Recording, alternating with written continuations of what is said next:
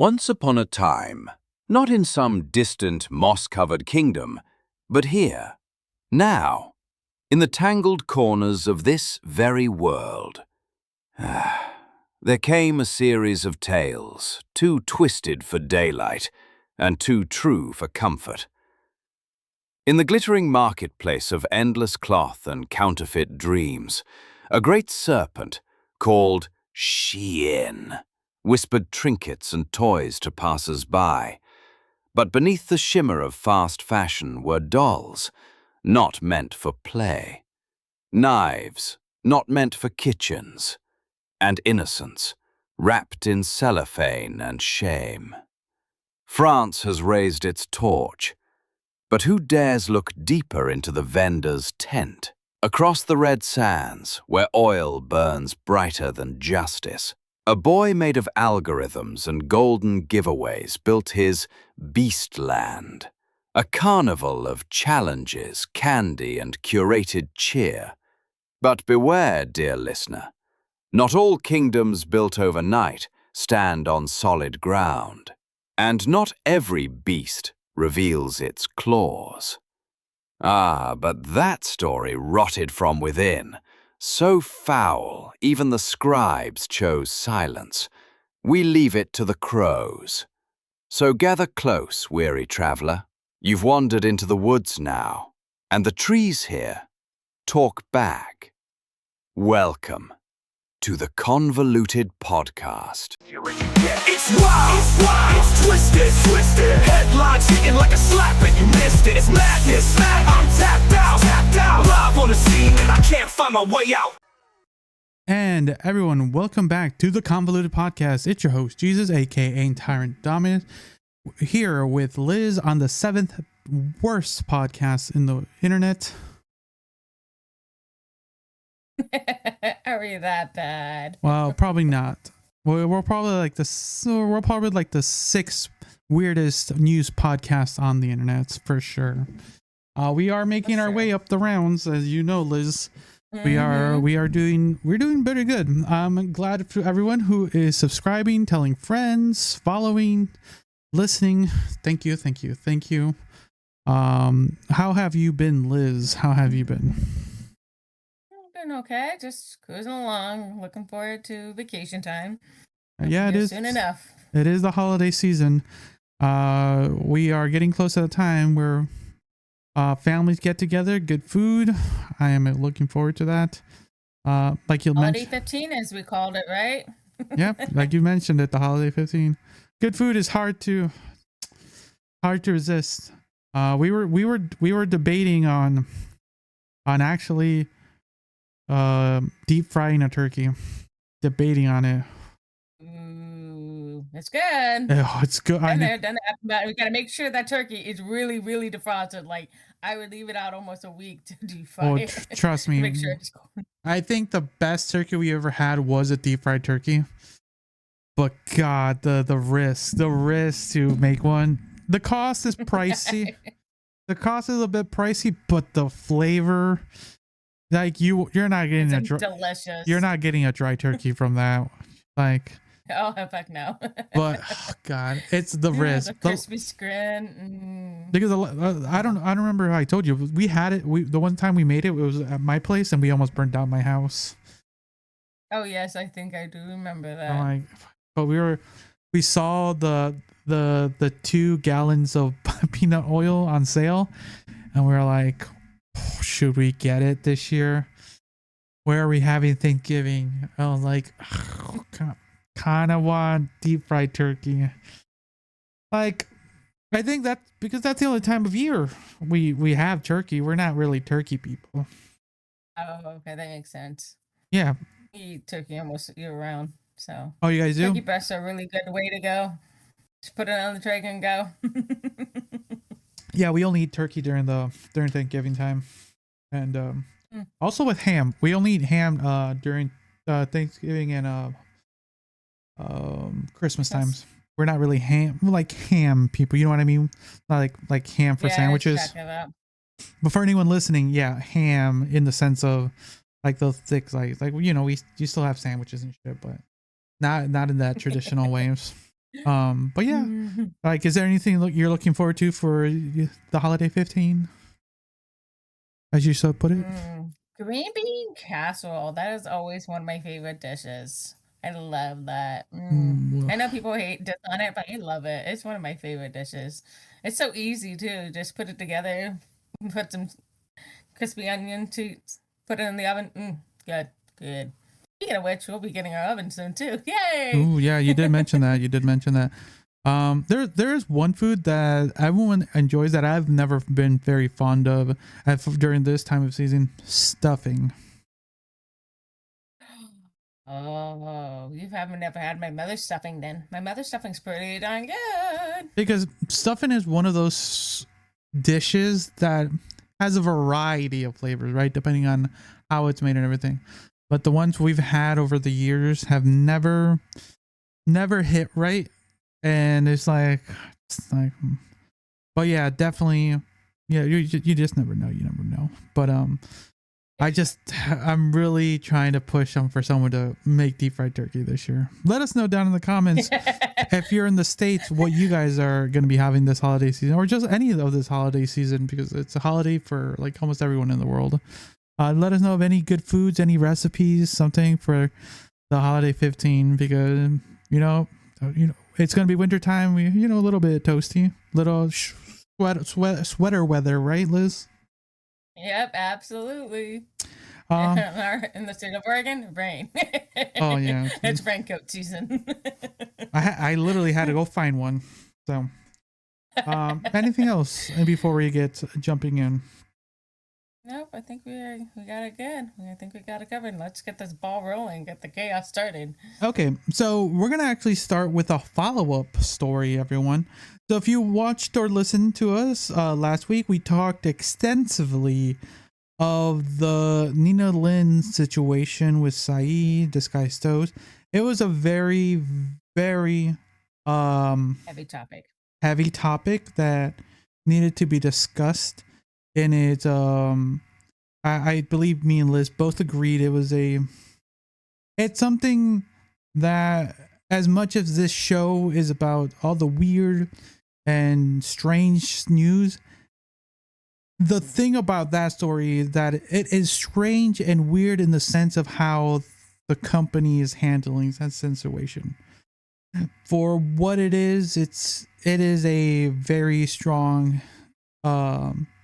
divisive situation that is being handled, but some updates here and there that have recently happened since then, since the time of the recording. So we're gonna watch a few clips and then go from there. So give us 1 second, everyone. All right, everyone. So as of recently, a little bit ago, Charlie, aka Penguin Zero, Moist Critical, put out a video of the whole situation, and here's just a clip of what Liz has heard some of the other off-putting things behind the scenes she has said behind the camera, behind our camera, but caught on camera saying.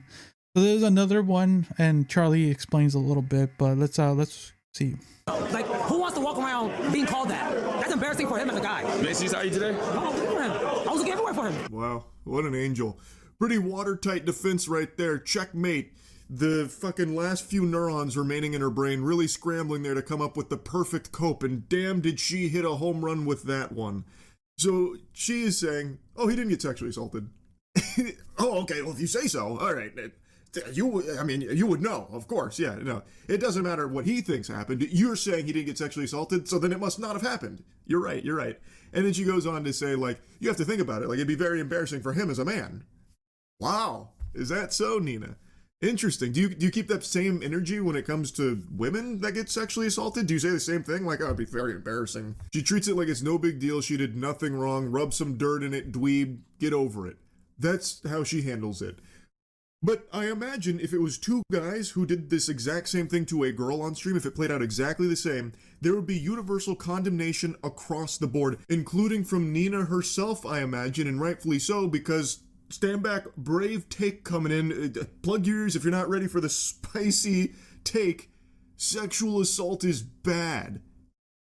I know. If you were standing up, you're gonna need to sit down. Holy. It doesn't matter if it's a female or male victim, sexual assault in all of its forms is horrible. And everyone should be outraged and against it. So why do we treat it differently because it was two girls that did it to a guy? It is still sexual assault, and I can't believe we are still having this conversation about like sexual assault against men not being taken seriously. It's not a unicorn. It's not make-believe. This isn't the fucking Tooth Fairy. So yeah. So kind of what we talked about in last week's episode. This, to a larger extent, with a little bit more discussion between me and Liz, and the clips and everything kind of going over it. But Charlie put out a video kind of condemning it and just kind of having more voices, and kind of what Nina was hoping not to happen is have large voices talk about this situation. She's trying to just kind of brush it off, push it under the rug, and make it just go away, because it's it's reputational damage for her career, basically. And once again, it's kind of that same statement what we talked about last week of the double standards and whole that. So anything you want to say to kind of that wasn't already said, or just kind of to clarify your thoughts before we go to the next clip? I feel like she's trying to avoid the sinking boat, you know what I mean? Oh, it's not sinking, it's fine, everything's fine. And she's trying to cover up, but she keeps digging that hole just a little bit more. She keeps gauging that hole a little bit in that boat, and that boat keeps sinking a little bit further. I think she needs to re-examine what she wants to do with her life at this point. And unfortunately, she has to, and she needs to get therapy. Seriously, she doesn't think this is. Remember what happened to her, what happened to what she did to him, or the other guy. I mean, yeah, and then the other stuff the other things we've watched that you've seen before. There's a lot. But yeah, so there's one. Okay, there's gonna be one clip. So everyone, just wait 1 second while I pull that up.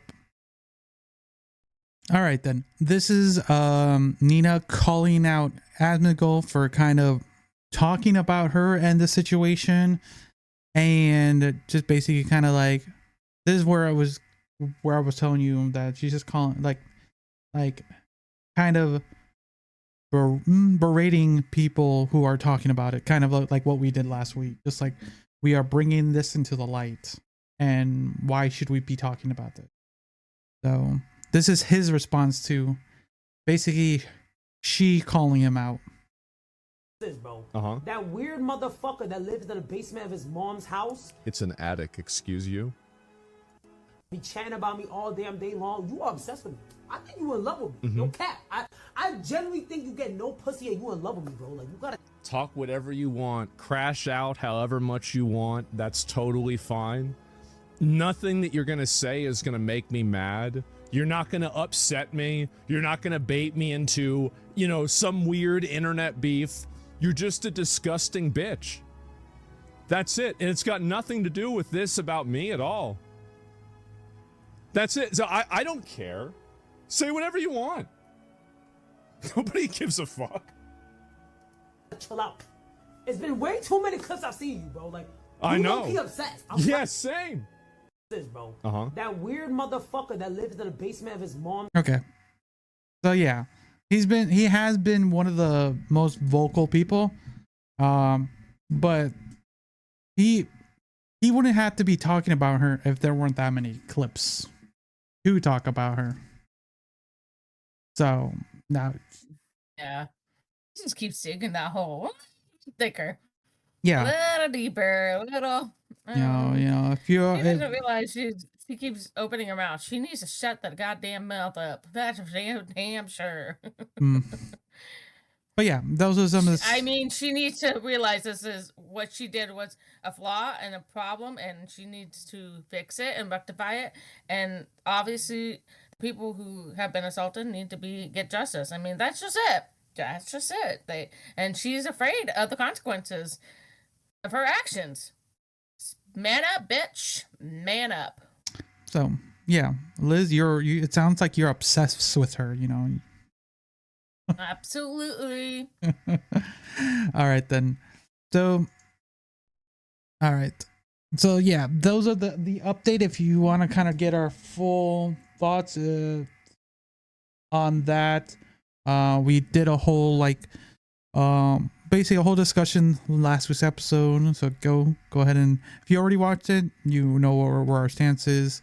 There's just kind of some updates that have happened recently of her. She's, like I said, she's back live on Twitch. She's talking apparently a bunch of shit to people who are talking about the situation.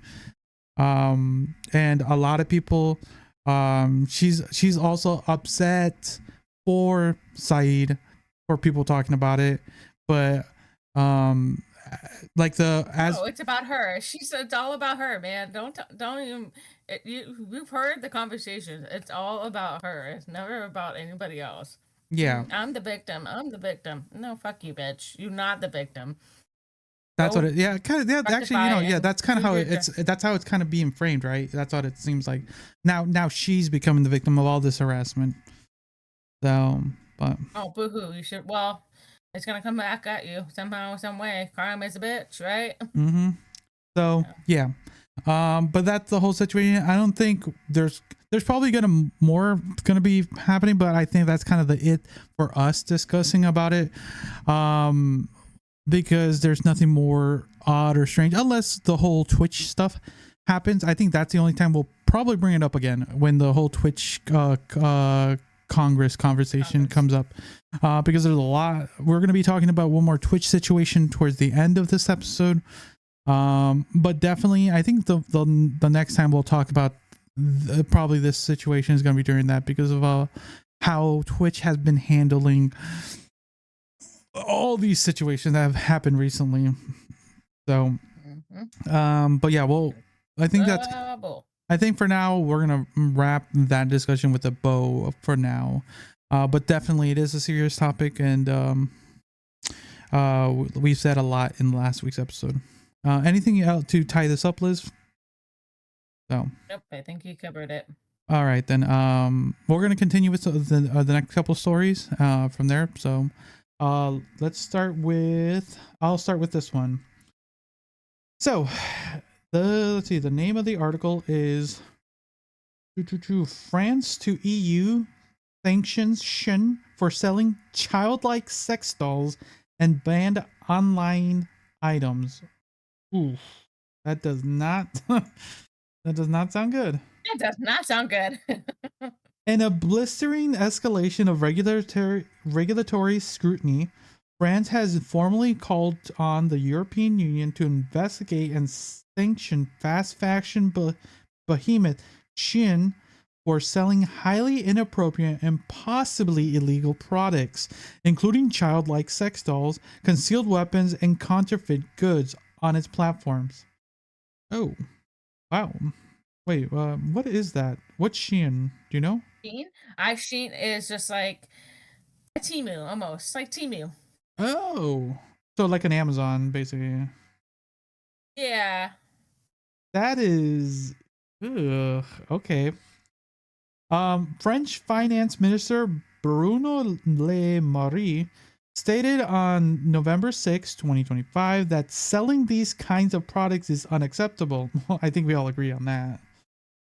Urging the European Commission to initiate formal proceedings against the Chinese-founded retail giant.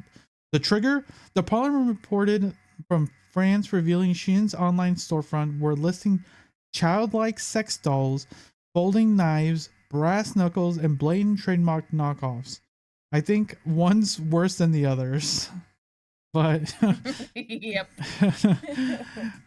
Quote, we must sanction those who violate our rules and threaten our values, end quote. Marie de la Marie declared. She is not above the European law. Yeah, that is wild, Liz. Before we continue, what are your thoughts? I mean, there's I popped in. I bought maybe a dress or two from them. That was But as you were scrolling, you didn't see knives, knuckles. Oh yeah, so I didn't see knives, but I saw inappropriate stuff like sex toys and random little things. You're like, what the fuck am I looking at?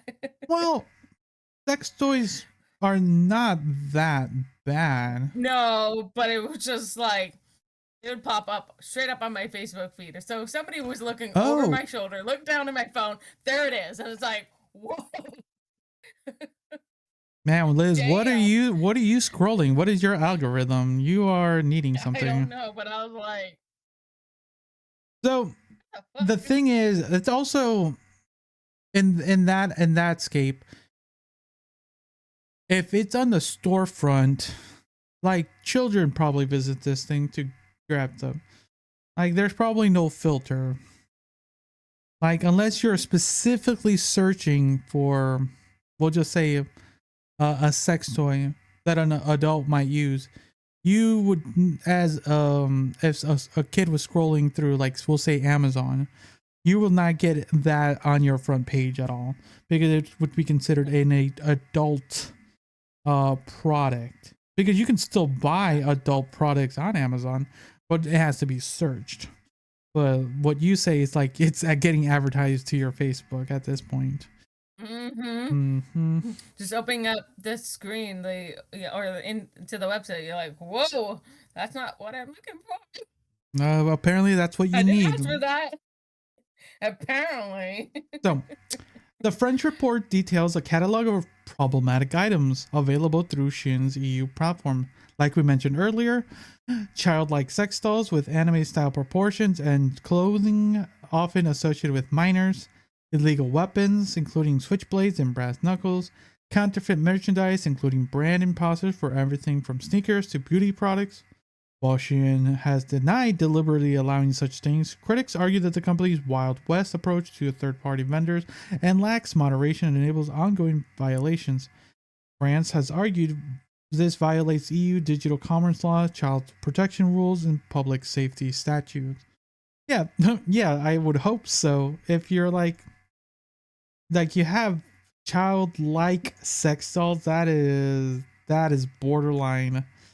And definitely some of the EU definitely has stronger weapon laws. So yeah, the ability to get some of these weapons online is, and definitely this should have been backwards, whoever wrote this, because counterfeit merchandise has always been a thing. There's a whole market of people who do this. But that's the other thing. I've seen some videos like a woman, she's like, I know this is fake, but I bought it anyway. Exactly. I've seen her videos. But the thing is that you're to be able to promote it, that's the problem. And that's like, yeah, you're buying your Nikes here, like, and when you're like, oh yeah, those $300 Nikes, buy it for $25. Like, oh, I am getting these for a steal at this point, right? It's definitely bad, at least for the main two things, right? The sex dolls and the weapons. It is no bueno. Oh, let's see here. No, why is this bigger than France? France demands for the EU's wide sanctions come amend a broader European crackdown on fast fashion access and e-commerce anarchy. Ooh, sorry. The Digital Service Act now requires platforms to take more responsibility for listing and user content. The EU is already investigating SHEIN for alleging environmental violations and labor abuse concerns. Germany and Spain have signaled support to tougher regulations of ultra-fast fashion platforms. The French government is leveraging the moment to argue that SHEIN represents a synthetic threat to European norms, not just customer safety, but also ethical governance. So yeah, definitely. Have you ever heard of fast fashion, Liz? Have you heard that term? It sounds like I've heard it, but you know me. I don't wear a whole lot of good fashion. What do you think fast fashion is in your opinion? If you're just hearing that term, If so, something that's hot and popular, going out real quick, like getting out delivered fast. I don't know. I don't know. Maybe I don't know. I'm wrong. you could. Anyway. Okay, so the term, I'll Google it quick, but before I do that, hands up in the air so I don't Google. So fast fashion, to my remembrance, because I watched a video on this, is when when they do the walks, the fashion week walks and all that stuff. So they have like the summer, the fall, the winter, all those things. Fast fashion is when they hold those products that are going to be coming next season, right?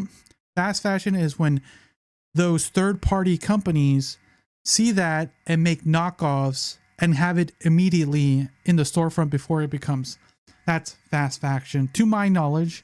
I can Google really quick to see if I was right or wrong. How close do you think I was right or wrong here? I think you're almost 98% right. All right. Here, what is the term fast fashion? Inexpensive clothing produced rapidly by mass market retailers in response to the latest fashion trends. Close enough. Close enough. But yeah, it's one of those things where yeah, where it makes sense, right? These companies, these fashion companies, as much as they spend on their like $2,000 shirt, right? It's one of those things where they spend months on the design and everything to get to the point where then they gets revealed and they do the whole fashion show, right? So then what they hope to come out in a couple of weeks for the next season has already been have a knockoff on your basically your flea market the next day.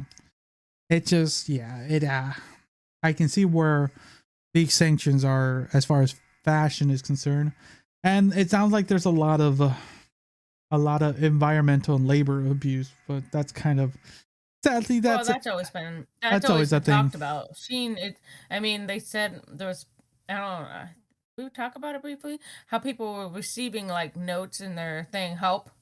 No. Or no? Okay. Okay. Well, maybe I read the articles because I thought it was interesting. You want to be correct, or you want to say personally? And people, are you sure, or are you allegedly saying that? Allegedly. Okay. Maybe I don't remember everything correctly, but yes, I do remember some things like that. As saying like they're asking for help, as people would get their SHEIN orders and find out notes in them, like, allegedly help. Allegedly, yeah, and stuff like that. I don't remember everything completely because it's been a while since I've read the articles, but yes, there was a lot of craziness about it, about the laws and stuff like that, the abuse of, because they're working 18-hour days and shit like that. So yeah, it sounds like the EU is trying to smack down on it, the whole thing, which in the long run, some people might deem this as an overreach, but I think it's trying to protect, mostly when it comes to, definitely, okay, they're trying to protect fashion. Okay, makes sense. But when it comes to the sale of weapons that are not legal in the country, or inappropriate childlike sex dolls, I'm like, okay, that is borderline. They should, you know what? No, that should have been pulled. Yoink. No, actually, that even happened. You know what they should have done? Anyone who has those been tracked. I agree. Just keep, absolutely. You should just keep those on the shop and just track them, mark them. Absolutely. Like don't take them off the storefront. Just like, just track those people. Yeah. I mean, yeah. Not a bad idea. Track them. See who it is. Yeah, just keep track of them. Probably former people who have been, or people who haven't been caught yet. True. All right. So SHEIN did have a response. Do you want to read it? Sure. SHEIN's respond with the statement to media outlets saying, quote, We take product compliance seriously and have removed listings that violate our standards or local regulations, end quote. It also claimed has launched an internal investigation that the platform operates on a quote, marketplace model where third-party sellers bear responsibility. Critics see that as a classic corporate deflection akin to arguments used by Amazon and Wish in past product safety cases. Does Wish even exist still? What? Sorry, I just had that random thought. Does Wish still exist? Let me look. Is it just wish.com? Maybe, I think so. It's been a minute. Yeah. I was like, I'm there. it does, okay. Yeah, I'm on their website. Do you want a nice cross? I can get you a cross for like $3. Nope, I'm good. I don't need Do you crosses. want a ring? I can get you a gold ring for $5. Ooh, $5, cheap gold. Yeah, that's Wish is a thing. I can get you a 14 karat pair of earrings for $3. May you just fall off the next day. Hey, you know, that's what they say. Jewelry is the something for women. I forget what the term was. Hey, it's a term. I just don't remember the term. A term that I don't use. Whatever woman you're dating, you need to cut her out. Okay. Apparently my $3 earrings aren't worth it. I'll bump it up to like $5. But yeah, Wish is a thing still. Wish is a thing still. Okay. But yeah, so making it like, oh no, it's not our fault. It's a third party. I understand when these types of platforms, which become the quote marketplace, like yes, we can be vendors on, we'll say Amazon, to sell our merchandise, right? And then it becomes our responsibility, right? And Amazon just becomes a distribution site, right? But then when does it become the fault of Amazon to quote promote these things of such a vast thing? That's the problem, I think. And using this as a deflection is it's like we're, if like no one said anything, they wouldn't have done anything. They would just left it alone. Just deflecting, basically, like I said earlier. What are your thoughts on this response? It's their fault, not our fault. What are you talking about? It doesn't sound familiar, like someone's voice. It's their fault, not mine. I'm the way I am. Okay, whatever. I'm just saying. I don't know. This is ridiculous. Amazon. You allow these vendors. You should supposed to put. I think you should screen your vendors too. I mean, that's the whole thing. Yeah, to vet them. Yeah, vet them. Make sure that what you're getting is what they're producing. I mean, wouldn't be a bad idea, right? True, but you never know how many vendors become. They probably have tens of thousands of vendors, and becomes hard to screen them. But then that's where, like, if you're making such a large amount of money, you should be able to hire enough staffers, or even the new AI system, develop something to be able to screen through all these products to know what's happening on your sites. Or just like we talked about, like, just hire Neo. He's a little slow, but he'll get the job done. Just hire a bunch of Neos. You're fine. So okay. You just have to plug them in at night. So child advocacy groups called for the findings horrifying. That's understandable, and questioned how SHEIN's algorithm allowed such listings to proliferate. Some demanded the EU-wide blacklist for e-commerce companies that repeatedly violate product safety norms. Others warned that this signals the beginning of a larger political effort to rein in the borderless online retail platforms that exploited legal gray zones. So that's just kind of getting into the politics. We're not from the EU, so we do not know much, but we kind of all understand protect the children, kind of, right? Yeah, we're all about it. I think it's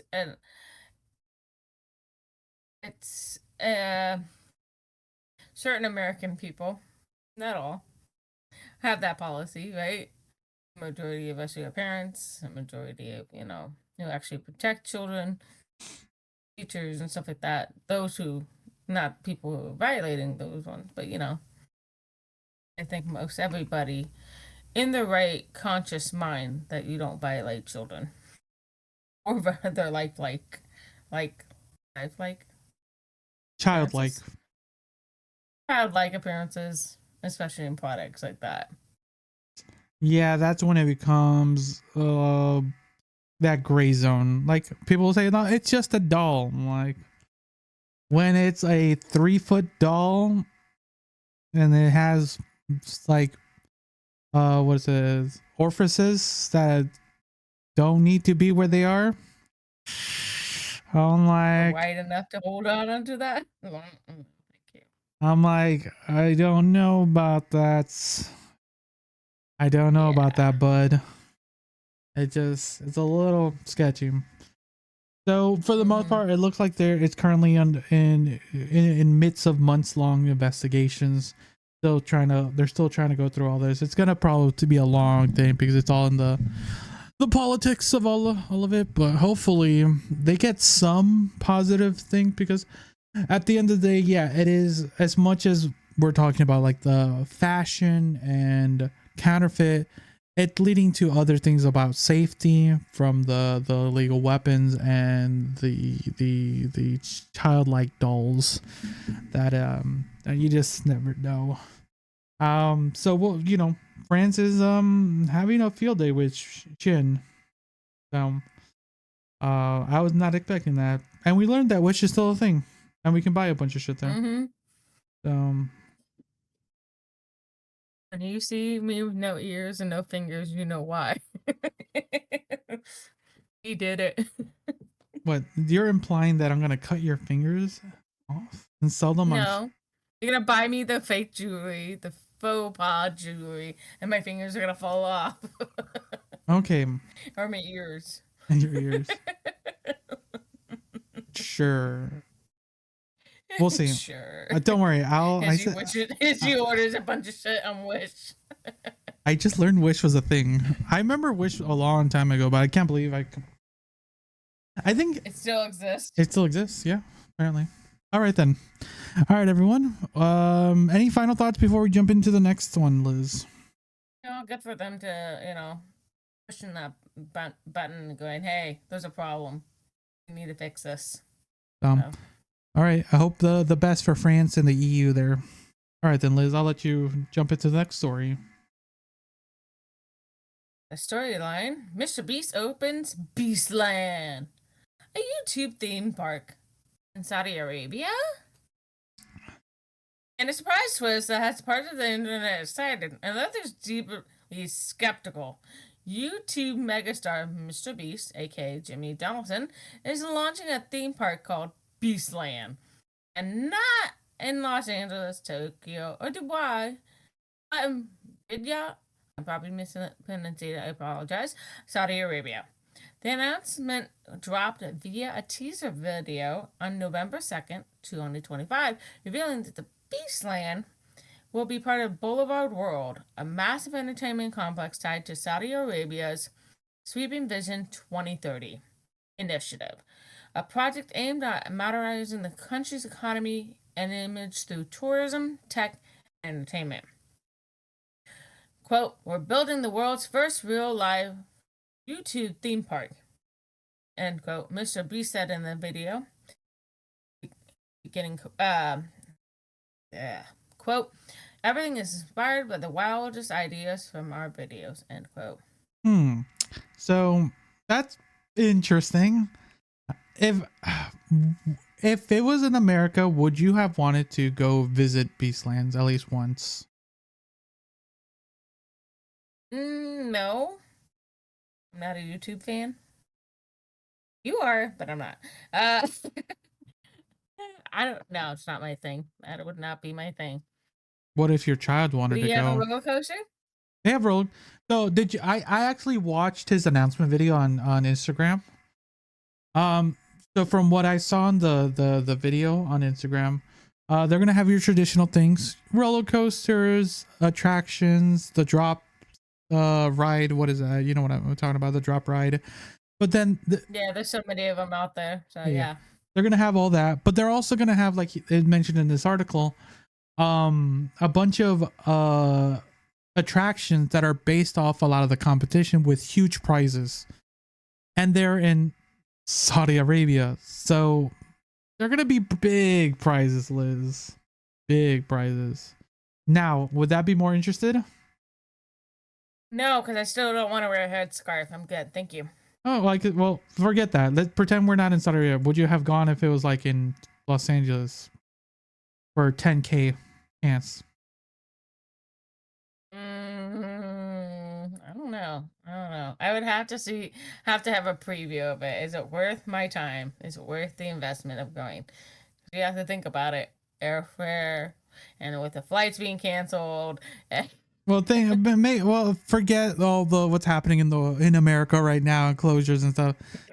Like, just it was a regular vacation. If I could find a nice, affordable flight and hotel. It's a vacation, and yeah, it's a vacation. You're planning a vacation, and Beastland is just one of the events for that one day.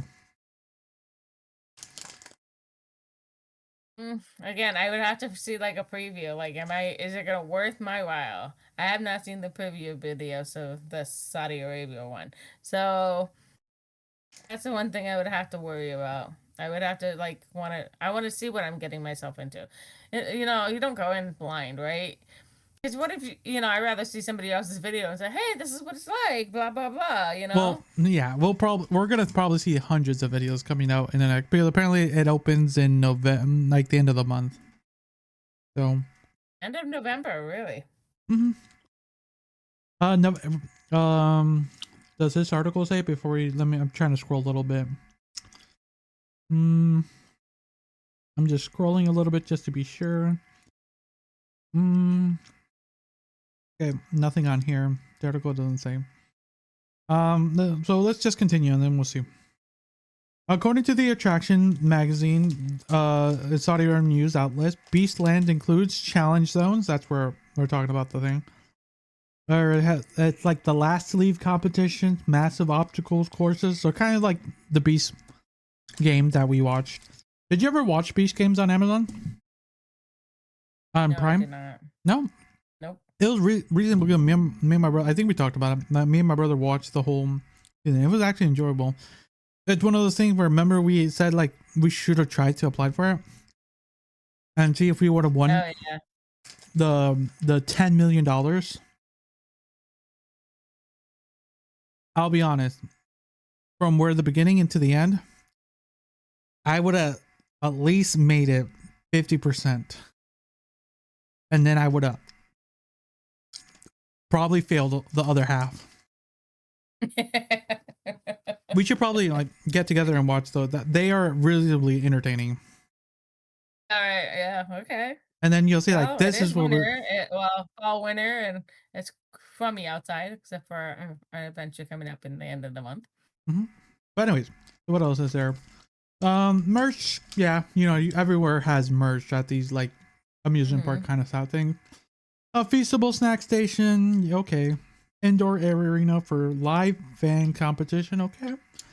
So they'll probably have like daily competition they'll probably post. Ooh, an AR VR immersion zone. Recreated popular videos, treasure hunt and stuff.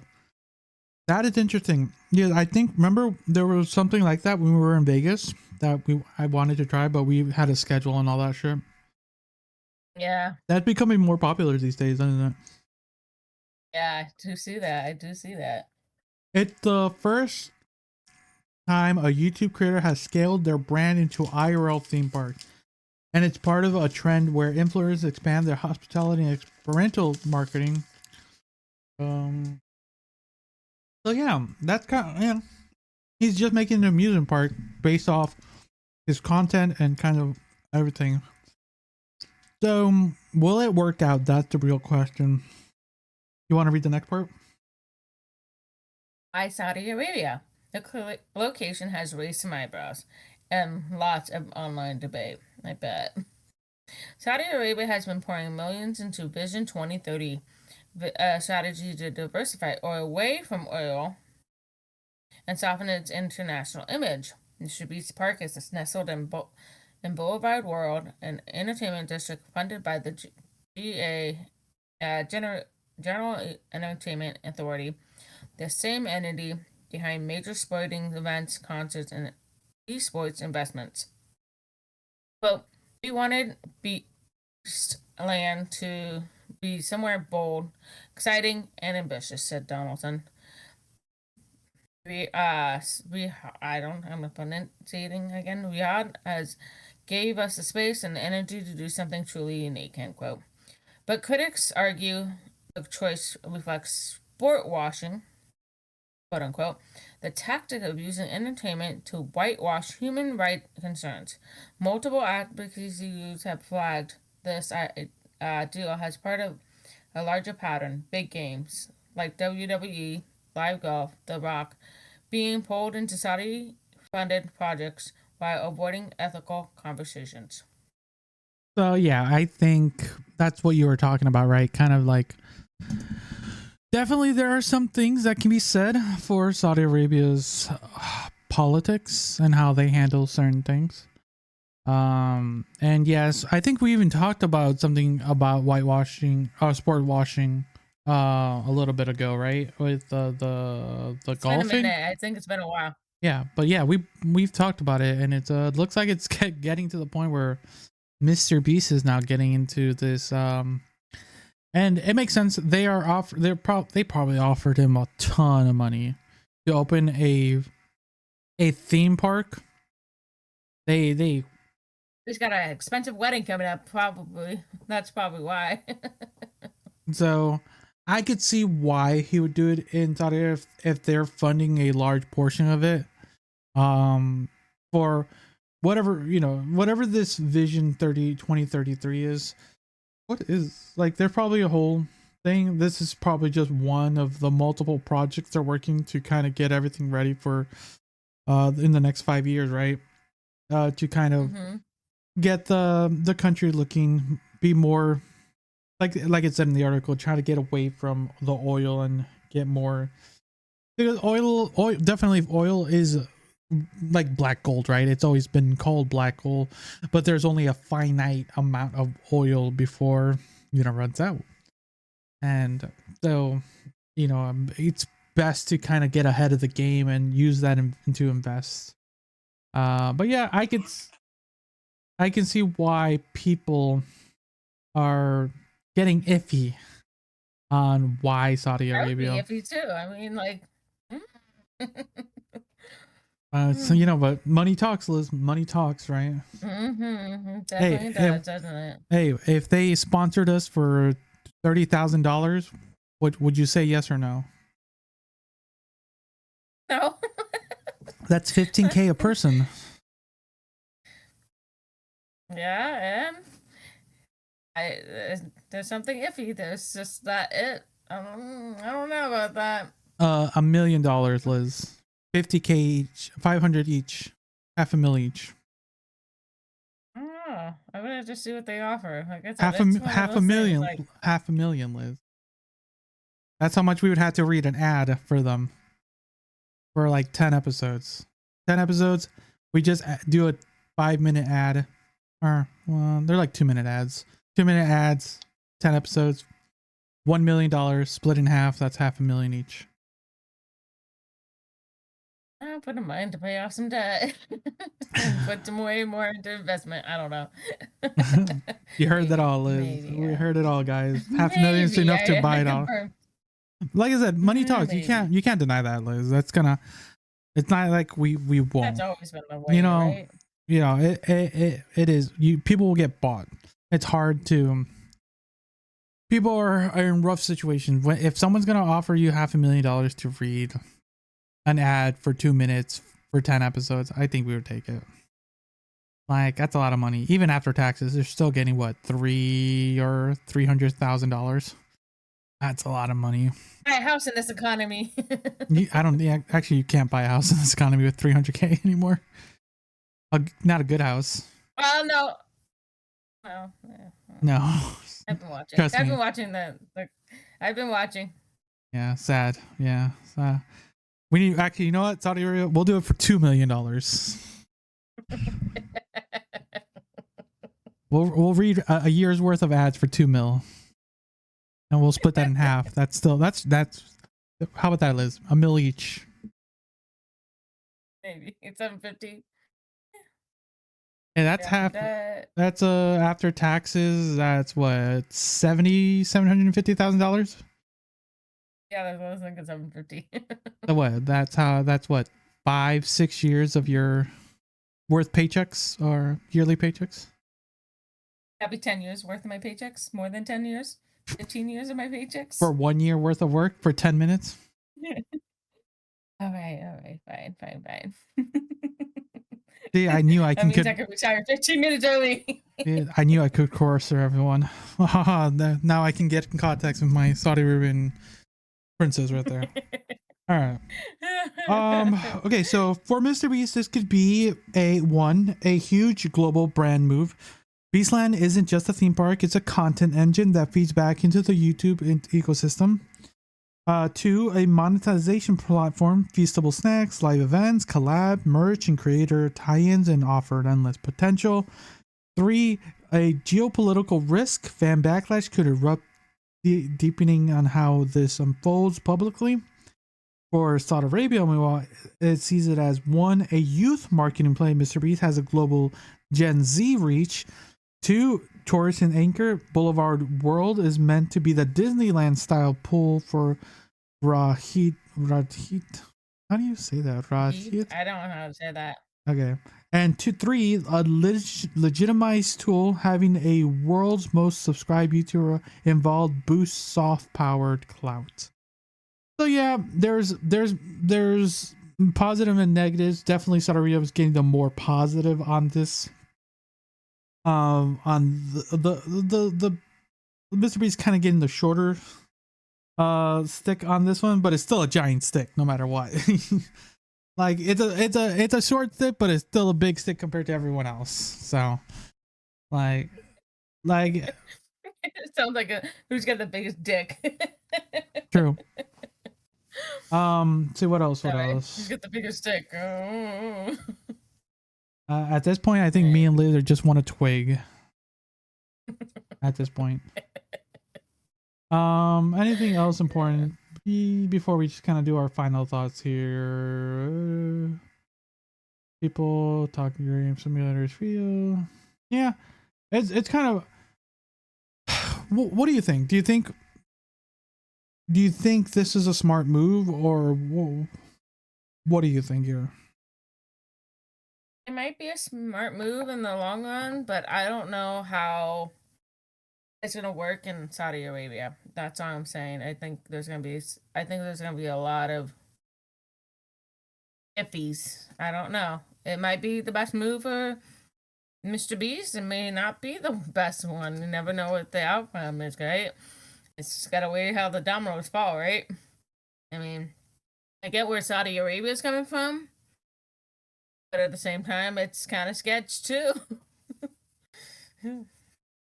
That's true. And this They're all brainwashing us, and they're making us move there. They're gonna keep us hostage once we get there. true.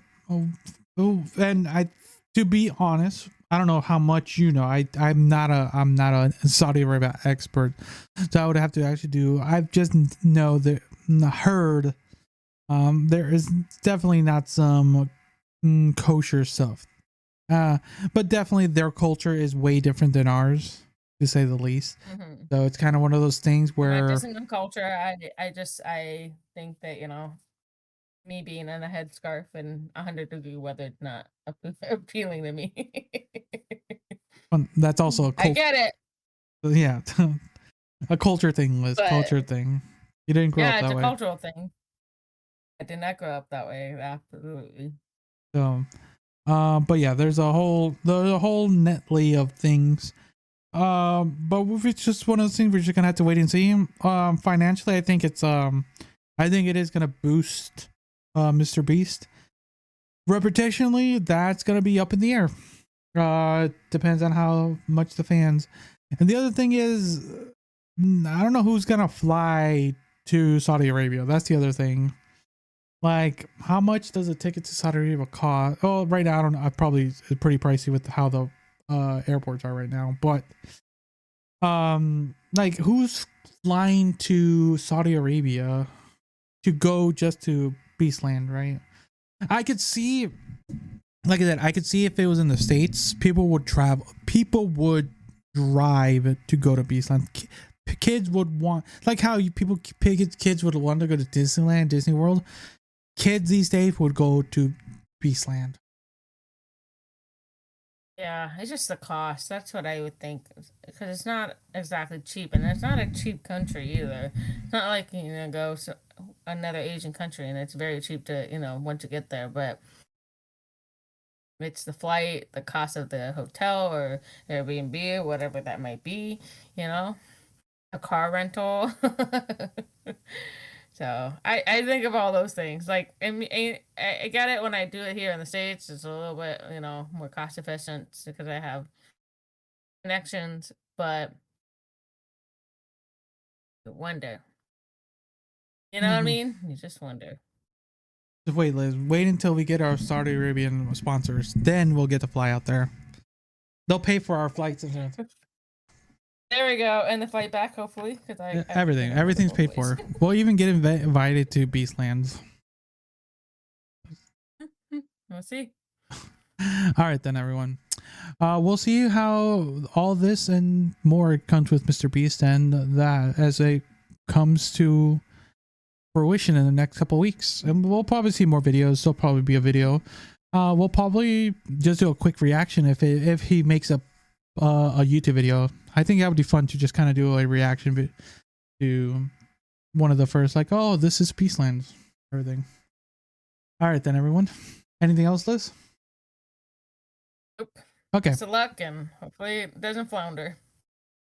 All right. So we're going to be talking, we're going to be doing a follow-up on the whole Twitch situation. They have made a statement about the Emeru situation. Twitch has made a public statement, a recent one, and the president, the CEO, Dan Clancy, has made a personal on his personal Twitch account.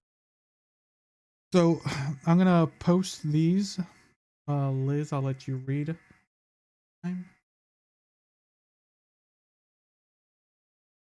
Not go. Ooh, you tell me, bro. Give me a second. Up it up.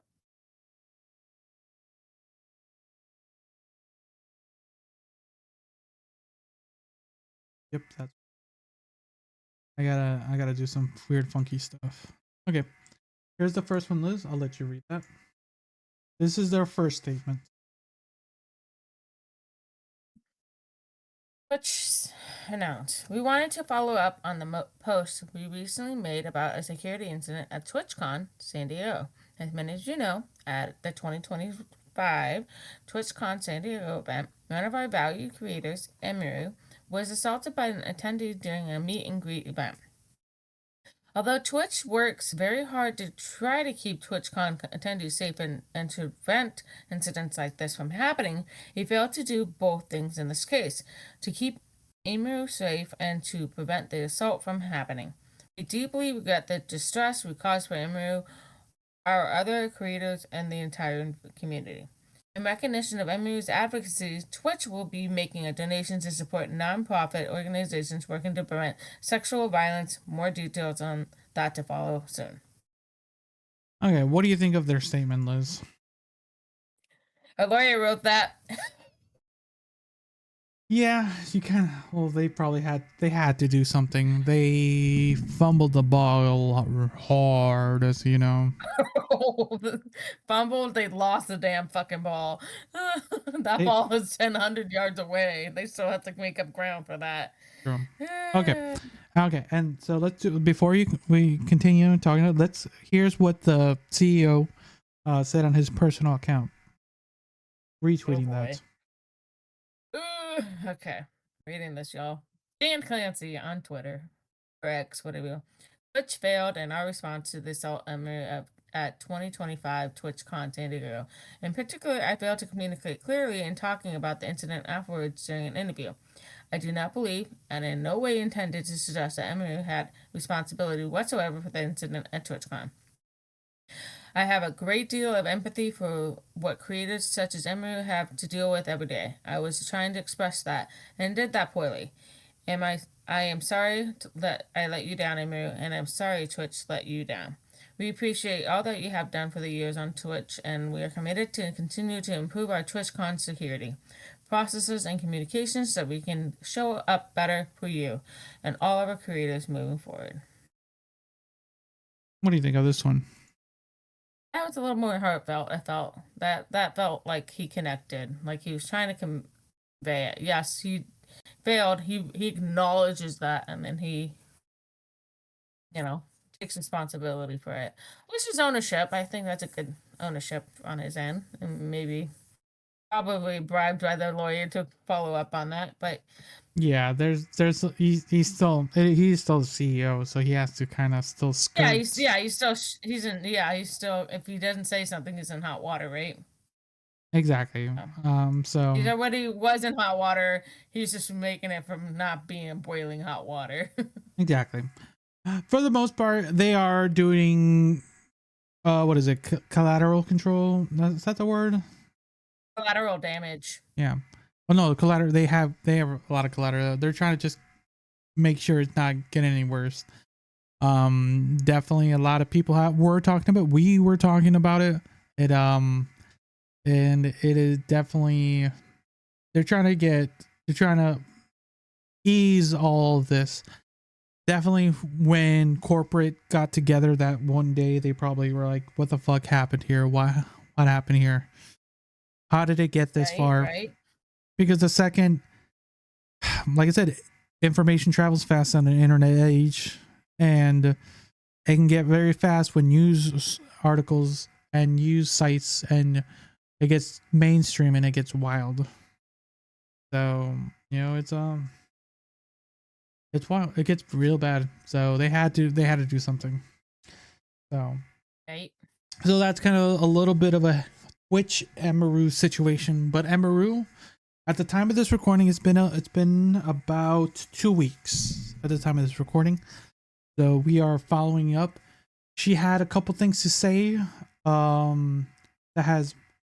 She's been holding back. So Liz is ready to. We are gonna watch a little bit of, according to a video, the last 3 years of my life. And then it's a bit long, so we're not. It's an hour and a half, Liz.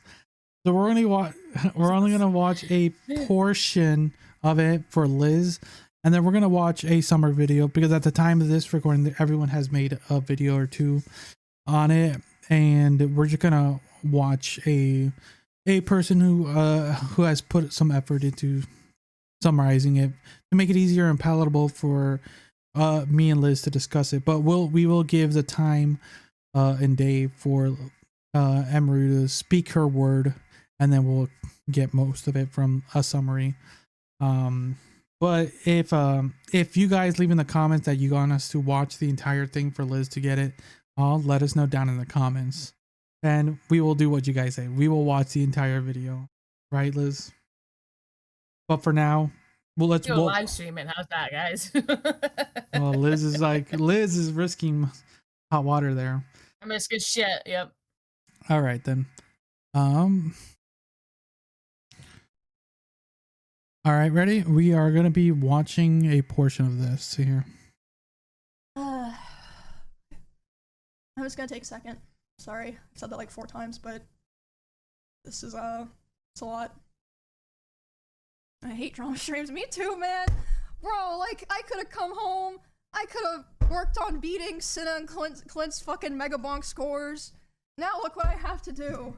So fucking annoying. I had to cancel my plans. Which reminds me, I don't think there's gonna be a Halloween stream this year. I don't think that's, So this is after she came back from TwitchCon. So after the whole thing we discussed, Liz, this is right after that. Oh boy. So just take a mental note of that. Remember that. This is right after that. realistic with kind of the vibes of things right now. But I mean, is anyone gonna be mad at me if I do like, you know, like a Halloween in November thing? Or I mean, there's always next year, right? I mean, yeah, I mean, things happen outside of your control. So, yeah. It's just crazy, but I mean, thank you guys for listening to me talk and complain. Okay.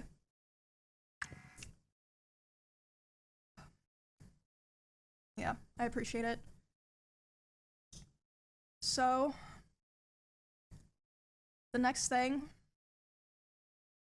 at the end of my last stream, I said that when I got home, I would be talking about some other things that I really, really did not want to talk about, but I feel like those things, developing independently of their own from the TwitchCon incident, have gone to a point where I kind of feel like I have no choice.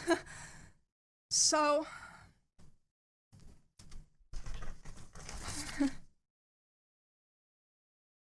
I've already seen a lot of people speculating about what I'm going to be talking about, and some people have been right, but even for the people who were right, they were only like 5 to 10% right. I don't think I've seen a single person online who knew or understood the severity of what I want to talk about today. And I want everyone to be aware that I've been handling the situation very seriously, and I've spent a lot of time thinking this over. And not only that, I've been in contact with a lawyer. I had them review everything that I'm planning to say today, because I wanted to make sure that if I was going to do this, I was going to do it right, because it's so serious. And I feel like it's going to change things forever. And so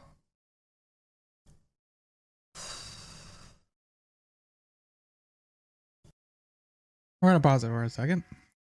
So there's a lot.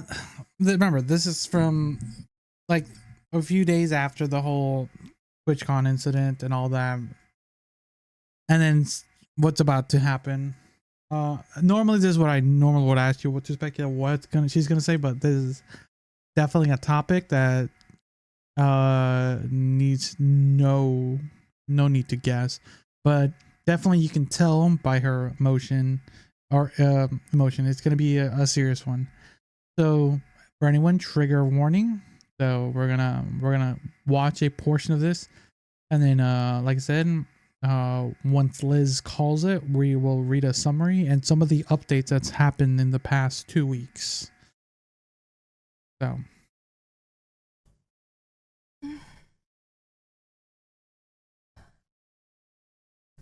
today, I'm finally going to be opening up about and telling everyone. Sorry, I swear I'm not trying to like make this dramatic or something. Like I said, I really wish I were not feeling like I had to do this. Just give me some time. I'm gonna be doing a lot of I guess you could say like fourth wall breaking in a way, and talking about things that I thought would always be personal, and just, you know, I would just carry them myself. Today, I'm finally going to be opening up about the psychological and domestic abuse, stalking and harassment, sexual assault, and threats of blackmail that Ms. Kip has done towards me, and some of these issues which are still ongoing. For the entirety of this year, I've attempted to separate myself from him and not talk about him at all, and not talk about this issue and just not make it a public thing.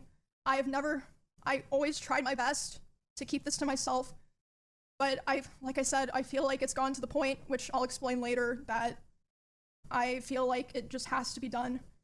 And I have always believed in not condemning people or starting drama online. So I'm sure a lot of people are going to be asking, why am I doing this and why now? And I would like to explain that before I get started so that people understand what prompted me to do this today, and that it's not just on a whim or something like that. Okay, so like I said, I took a lot of notes, so forgive me if I just end up reading off my notes. The first and probably most severe reason is that one of the rules that I set for myself a long time ago about withholding this information was that if I ever felt like somebody else was in danger or being hurt, I would then make myself speak about it. And 2 weeks ago, actually 3 weeks ago now, I was informed by 3 separate people, one of whom was present for said incident, that he had done something similar to something that he had done to me, and to someone in LA at the end of September. And this person is not a streamer or content creator, but obviously that does not matter. And because of this, I cannot in good conscience sit here knowing that I know critical information about someone that almost no one else does and not say anything. I think that most issues and dramas should stay private and off the internet, and I still hold that belief to this day, and I will hold that belief going forward. However, there are certain things that cross the line, and I say that the line has been crossed too many times to be count. There's a point where I believe that people deserve to know. I think that at a certain point, if you know a lot of things about someone and you don't say anything to look out for others, it's wrong. It's wrong to keep it to yourself. I don't want what happened to me or what has happened to other people because of him to happen to other people, and I don't believe he will ever stop behaving the way he does. But regardless, yeah, like I said, one of the main reasons I decided to do this stream is to come out about all of this, because I can't hold on to it any longer because it feels wrong to do so. And an honorable mention reason for why I'm doing this is that for a while, he has been indirectly threatening me through my friends and people that I work with. They've informed me that he said that if I ever talked about anything he did, he would try to create a smear campaign against me in retaliation. I was told that he even approached other streamers who were close with us back when we lived together, asking them if they would join with him, and they all refused. At TwitchCon, he approached one of my employees, threatening them and saying if I ever talked about him, he would destroy me. Multiple people have told me that his plan was to claim that I kill animals and that I killed my own rabbits, since I had several of my rabbits pass away over the course of 3 years while I lived with him. I'm sure he's probably listening now, and it's probably going to come as quite a shock to him that this information made its way back to me and that I've known for months. But if you try to threaten me to stay quiet, especially using my poor dead animals, I'm not going to stay quiet. Okay. Okay. So,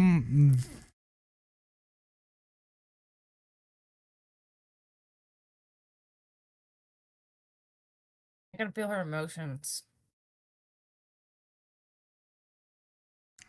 I know this video is old, but at this point I can still feel her emotions. well, yeah.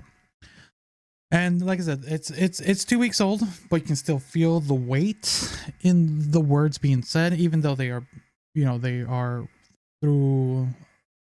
filtered through a lawyer's filter. But definitely they hold weight. So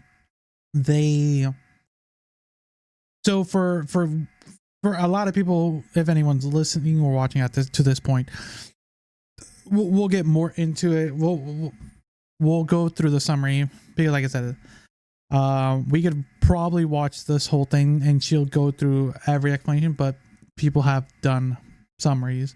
I think for now, for time's sake, we will watch a summary. But you kind of get the gist of what the rest of the video is going to be about, right? She kind of goes into detail certain allegations that she goes about this Ms. Kiff character. And for context for you, Liz, since like I said, you're not in this space a lot, Ms. Kiff was, to a lot of people, for very, very few people, didn't know that her and him were dating. They lived in the same house. They were part of the same organization. But a lot of people didn't know they were dating. It was just one of those hush hush things, because they didn't want it to interfere with their, basically their dynamic as streamers. So they had to keep their relationship secret, even though they lived in the same house, and a few people knew, but a lot of the time, like, no one really knew, right? So what you'll see, you'll get the summary, but is there anything more context before you want to get to, or you want to watch anything more, a little bit more before we jump into a summary? Who is she referring to? Mizkif? I've never heard of him. You'll see it you'll see him in the summary. They'll go over everything. Okay. They'll go over everything. Is there anything else before we kind of go through the summary? No, that's some abuse shit right there. That's for sure. But yeah, like I said, it's there's still a whole ton, and you can see it gets a lot. Like I said, anyone, if you guys want us to watch the entire thing, so Liz gets more of the context, but I think a summary will help. It's a very not an easy watch, but it's definitely something that, to give her full brevity, it is like worth a watch. I think I've seen this twice at this point. Once myself through live, and then once over with someone react to it, and then I've seen clips here and there. And at this point, I've seen a couple things. But all right, everyone, we're gonna be watching a summary and kind of some updates of what's been happening. So give me just 1 second, and Liz will be completely surprised on some of this stuff. So 1 second, everyone. Okay, so we're gonna be watching Tozy's video. This streamer just made the worst mistake of his life. So before we get started, going back to kind of some of the talking points, what are your thoughts of what she said just before, like that he was trying to basically collect people to kind of blackmail her into not saying anything?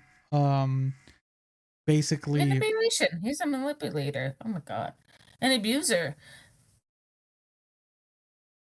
Egotistical, narcissist, manipulator, abuser.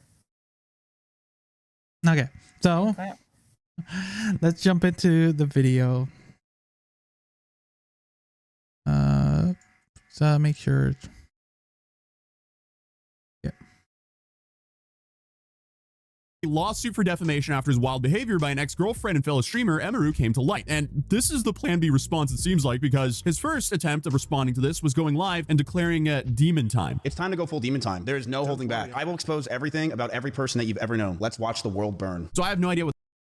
So yeah, so after she was done with her stream, he went live after to kind of save face, and put his, because at the end of the day, it's he said, she said, so every side has two stories, right? So he went and put his side of the story, right? Because at the end of the day, unless you were a fly in the wall there, we don't know exactly what happened, right? So it's one of those things you kind of have to take everything, for the most part, with a grain of salt. But he did kind of go, like you said, scorch earth and go demon mode, right?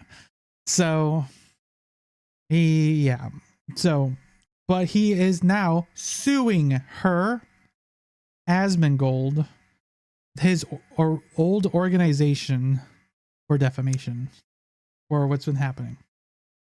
That was all about, but I do have a feeling that suing will only make things worse. So after all this information came out, it didn't take long for the internet to do what they do best and dig up all the clips that basically confirmed all of this. And it's safe to say things went from looking bad to awful. No, I'm not talking to him today. Well, nobody asked you to, so. I'm not. Maya unimpressed. That's what that was. 2 Starbucks bags of Starbucks I got you over the past few days. If you're an avid watcher of Twitch streams and vlogs, So that was his old girlfriend. Did you read the caption? Yeah. No, Best and dig up all the clips that basically confirmed all of this. And it's safe to say things went from looking bad to awful. No, I'm not. Old video resurfaced of Mizkif throwing object at his ex-girlfriend Maya Higa. So as you can tell, they're on like a Zoom call, kind of like what we're doing, a Discord call. And this is live. They're live. Talking to them today. Well, nobody asked you to, so. I'm not. Maya unimpressed. That's what that was. 2 Starbucks bags of Starbucks they got you over the past 2 days. If you're an avid watcher of Twitch streams and have logged on to Twitter in the last, week or two, then you probably already know what I'm talking about. And honestly, even if you don't watch Twitch on the regular, there's a good chance you've still probably heard of this entire situation. Because this is quite the man-child situation. Well, Liz has not. She knows who Emaru is. But she has not heard of this situation. But it's one of the things we are going to be talking about, because it's kind of highlights kind of the environment these streamers are in.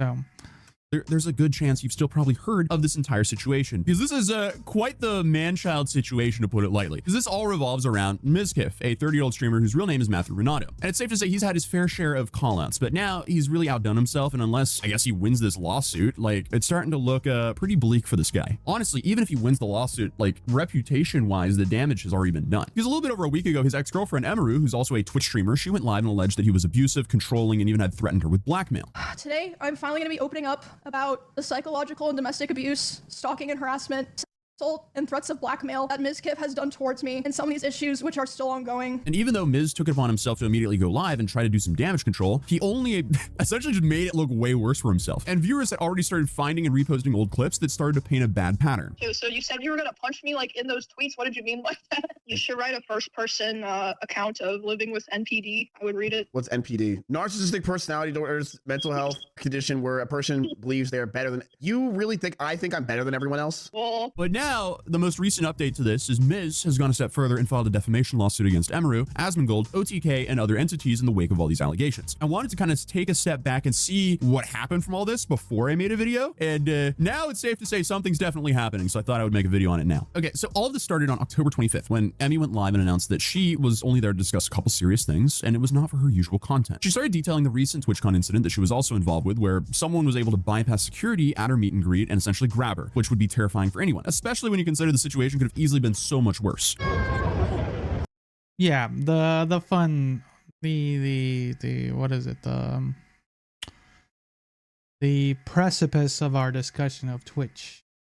Like, we've talked about Twitch before, but this was definitely the big one that got us both talking heavily on how the company's been handling it.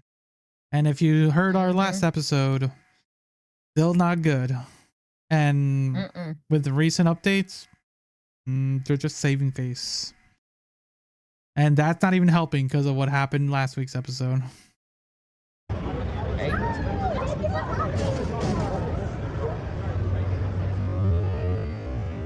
And then in addition, apparently he had a weapon. Oh shit.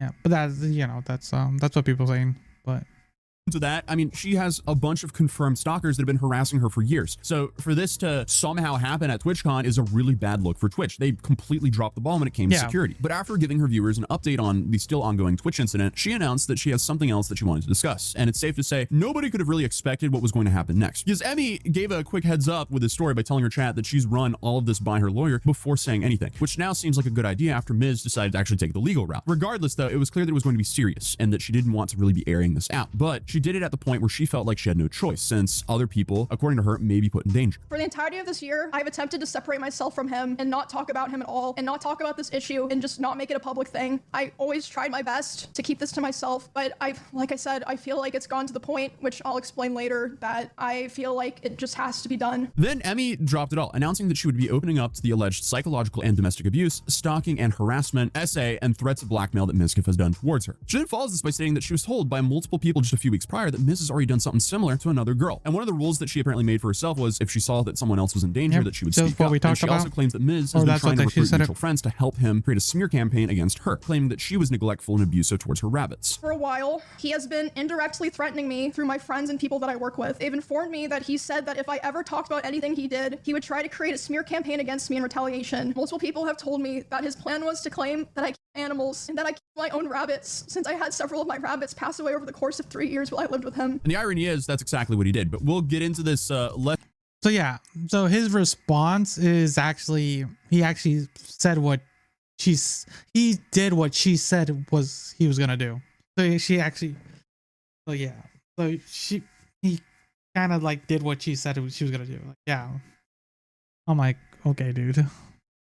An articulate response in a minute. So Emmy then begins recounting her timeline of events. Okay, she says that Miz invited her to move into his house around the time of 2021 as a way to help her avoid stalkers that she was having problems with. Naturally, it seemed like a good idea. She could put some real distance between her and these stalkers, and she would be living with multiple other creators under one roof, which I'm sure felt a lot safer than being by herself. I moved in with him, I believe it was the end of 2021. He offered, I was living alone at the time, and I was having stalker issues in Kansas. And apparently quickly her and Mizkif became closer and started a secret relationship. Emmy says that he made her feel safe and supported while she was navigating a difficult situation, and she also felt slightly dependent on him in regards to her social life and stream. And I mean, if you move states, that kind of makes sense. So you're obviously going to cling more to the few people you already know in the first place. I ended up joining the org and everything. We did a lot of streams together. We started dating. We were in a relationship starting January 2022. She then continues by saying that it's probably not a surprise to anyone who was paying attention that Mizkif was very controlling over how she dressed, who she hung out with, and how and when she streamed. She also makes a point to say that his behavior changed gradually. It was definitely slow over time that bad things started happening. He initially portrayed himself to me as someone who was very nice to girls, wanted to help me feel safe from stalkers. It's not a secret. I think everyone who paid attention knew that he was very controlling over what I wore, to a degree, who I was friends with, and even when I would stream. She also recounts the alleged physical abuse of starting with things like him throwing plastic water bottles and his phone at her, despite her telling him that it scared her. She also stated that at one point he actually hit her in the face with his phone and it resulted in a black eye, but claimed that Miz was very good at playing things off like it was all an accident. He would throw bottles, like plastic bottles with liquid in it, not like glass bottles, at me, despite me telling him like I didn't like it and it scared me and I bruised very easily. He would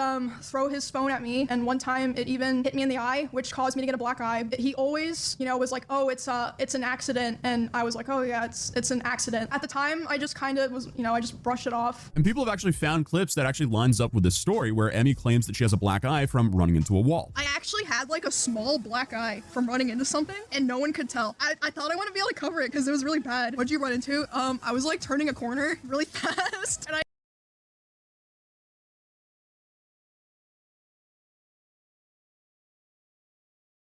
Sounds like from the look in your face, you have like 1,000 things going in your head. I mean, when you're being abused, you make excuses, right? And it's all lies.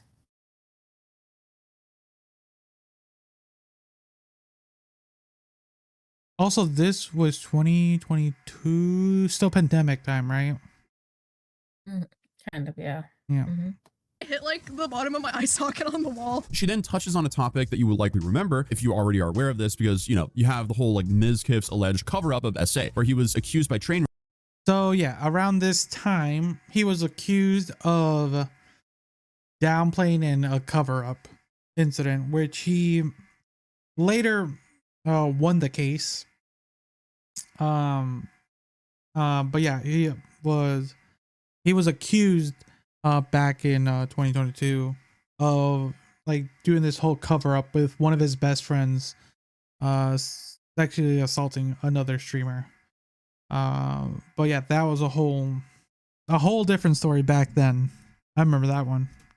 Of downplaying and covering up an incident where his roommate and fellow streamer Crazy Slick allegedly SA'd a female streamer by the name of Adriana Lee. And this was really what kind of like marked the beginning of Mizkif's downfall. Like you could say, because even though, according to Texas-based law firm Jackson Walker, the Investigations Council did not find any direct evidence that Mizkif attempted to minimize or cover up the SA as alleged, there was definitely still like a spotlight of shame on Miz that has never really fully gone away. And according to Emmy, this was also the catalyst for this behavior getting way worse, because apparently this is when Miz started control when Emmy would stream. She also claims that he would essentially not allow her to go live at the same time as him, since they shared a lot of the same audience members, and Miz didn't want the viewers choosing Emmy's stream over his. Honestly, massive skill issue on his part. Oh no, someone's going to someone else's stream over yours? Maybe, just maybe you should take some personal accountability and make better content. It's really not that deep. After the like cover-up allegations happened and he was like starting to kind of struggle on his stream, he never wanted to stream at the same time as me. If we're live at separate times, we're both gonna perform better. You know, it makes sense. A lot of you guys probably noticed that I would only usually stream on Tuesdays, Thursdays, and Saturdays. That was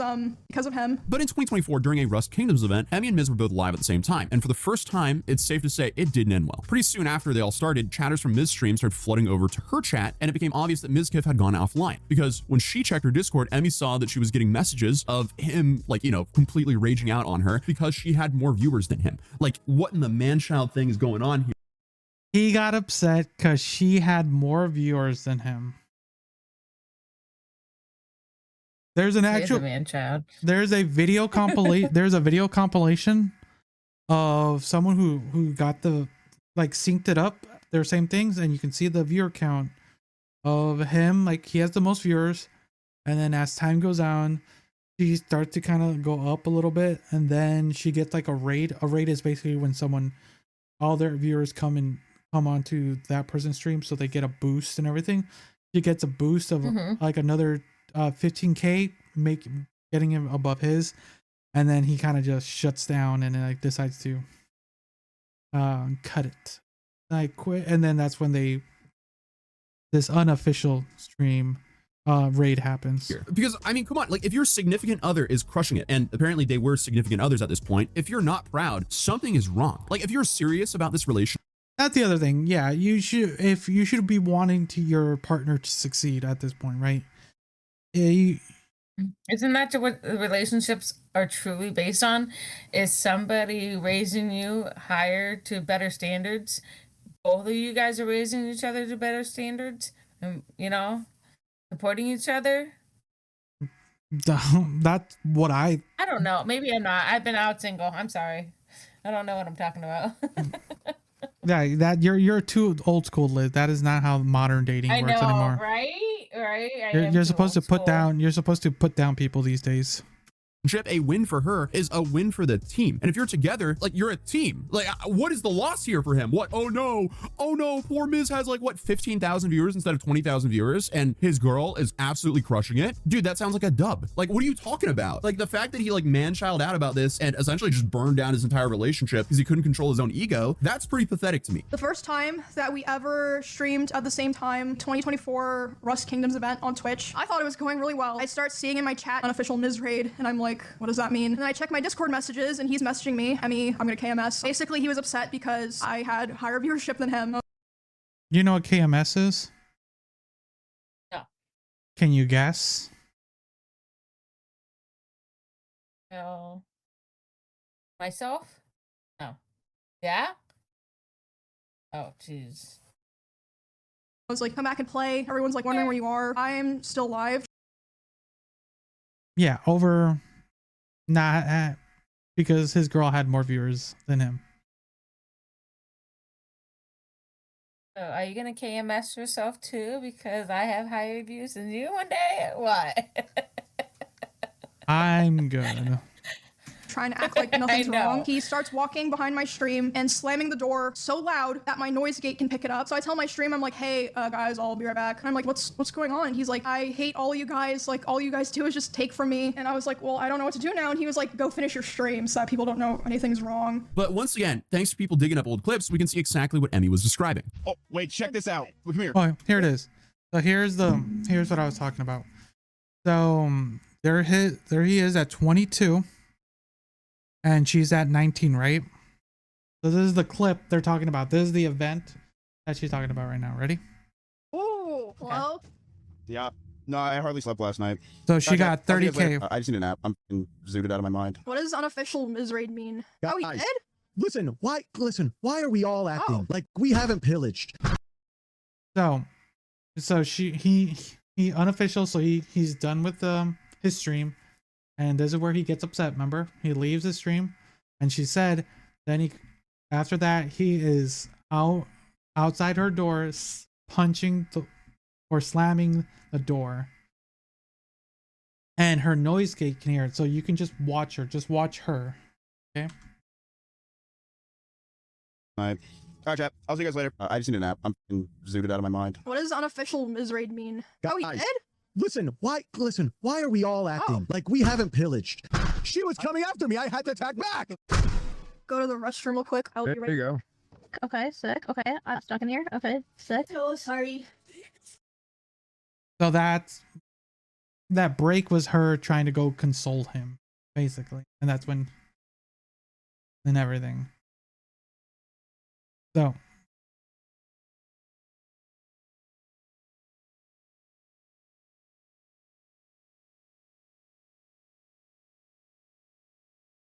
Oh boy. It's like 20 minutes. The fact that he's slamming on her door while she is live, that is so pathetic. Come on, dude. But obviously, with all this evidence coming out of the story, because these people live stream so people can just go back in their stream VODs and find and corroborate these stories. Like, that's what's so crazy about live streamers. But after doing that, it became pretty obvious that Ms. Kiff was actually capable of doing stuff like that. So she then continues on, recounting that this was about when the relationship ended, and she decided to move out as soon as possible. And this time frame was where she says that he was actively breaking things, punching holes in the walls, and becoming genuinely more violent and angry. Emmy even said that she would lock herself in her streaming room while he would bang on the door and yell at her. Obviously, didn't move out right away. After like all of that rough stuff happened was when domestic abuse stuff really started. Destroy furniture in front of me. He would throw things in front of me and near me. I would go to my stream room and literally lock myself in to get away from him. And he would be banging on the door and screaming at me. I mean, come on. It almost sounds like a parody that this dude would be banging on her door while she was streaming because he couldn't hold his little temper in. Like, the dude is so mad that he's essentially like Minecraft punching her wall. Like, essentially trying to grief her streaming room simply because she's getting more viewers than him, and because of that he can't control his ego, and his ego is scaring her away. Bro, you did this to yourself. And again, for context, like, at this point of time, he was like one of the biggest streamers on the platform. He went from like what, like a little bit north of 20,000 viewers to maybe like 15,000 viewers when Yeah, he was one of the top biggest streamers, and he threw that all away for ego's sake. Like it's crazy. Get over yourself. You're not the only person in this world. I'm sorry. The thing is, I think she's cute, and again, supportive person would be supportive. Hell yeah, my girl's got the views. You know, exactly. And in this situation, they're both living the life. They're both able to stay home, play video games. They're both making hundreds of thousands of dollars. We saw how much an average streamer is making. Both of them, yes, being one of the top percenters, they were making bank. Like, and he literally threw that out the door. He's like, screw that. My ego is more important. You basically than my bankroll. Basically. Like, oh, shit. And it just, you know, I don't know. I would give up my bankroll. Be like, I'm craving that money. That's Screw you, buddy. I find it so wild sometimes. While people just let their ego just make amends of that. Like, he had it all. Like a literally top career, a partner who cared about him, and like just she was live, like, oh, boo-hoo, cry me a river. Dude, you're crushing it. Like, why aren't you just being grateful for how far you've came? And overall, also, just massive skill issue, because if you're a top streamer and someone's going to another stream for you, clearly your content isn't as interesting. So maybe, just maybe, that's a sign that you need to level up your content game. Or at the very least, don't date one of the other top streamers on the platform, because clearly he has like a winner-takes-all mentality and can't accept that someone else in his circle is doing better than him. But she also brings up the fact that he would drive at high speeds and threaten to crash the car and end them both. Like, if we were driving in the car together, he would be going like 150 miles an hour. One time he even said like, well, now we're both gonna die, like threatening to kill both of us. And that's honestly just messed up. Yep. And this has been collaborated by his ex, who has stories that people have found clips of and have kind of insinuated like, oh, this this X must be Mizkif. It's the same situation. Just once again, it's just and like I said, the we're getting clips of it. Like if we watch the whole thing, Liz, that's kind of what she brings up. And you just so for a little like spoiler, you want me to tell you the reason he decided for that specific situation to go 150 miles? You'll be surprised. Why? We talked about it in this episode. For content? Someone else's content. So apparently, while they were just out going grab some food, he noticed a MrBeast video, and in the video, there was a streamer who got invited to be in the video, and he's talking to Emmy, and she's like, oh wow, that's cool, and he's like, well, why didn't he invite me? And that's why he decided to drive 150 miles, because he wasn't invited to a MrBeast video. Oh, boo hoo, go cry me if I can remember. Who wasn't invited? Well, the rest of the world wasn't invited either. Get over yourself.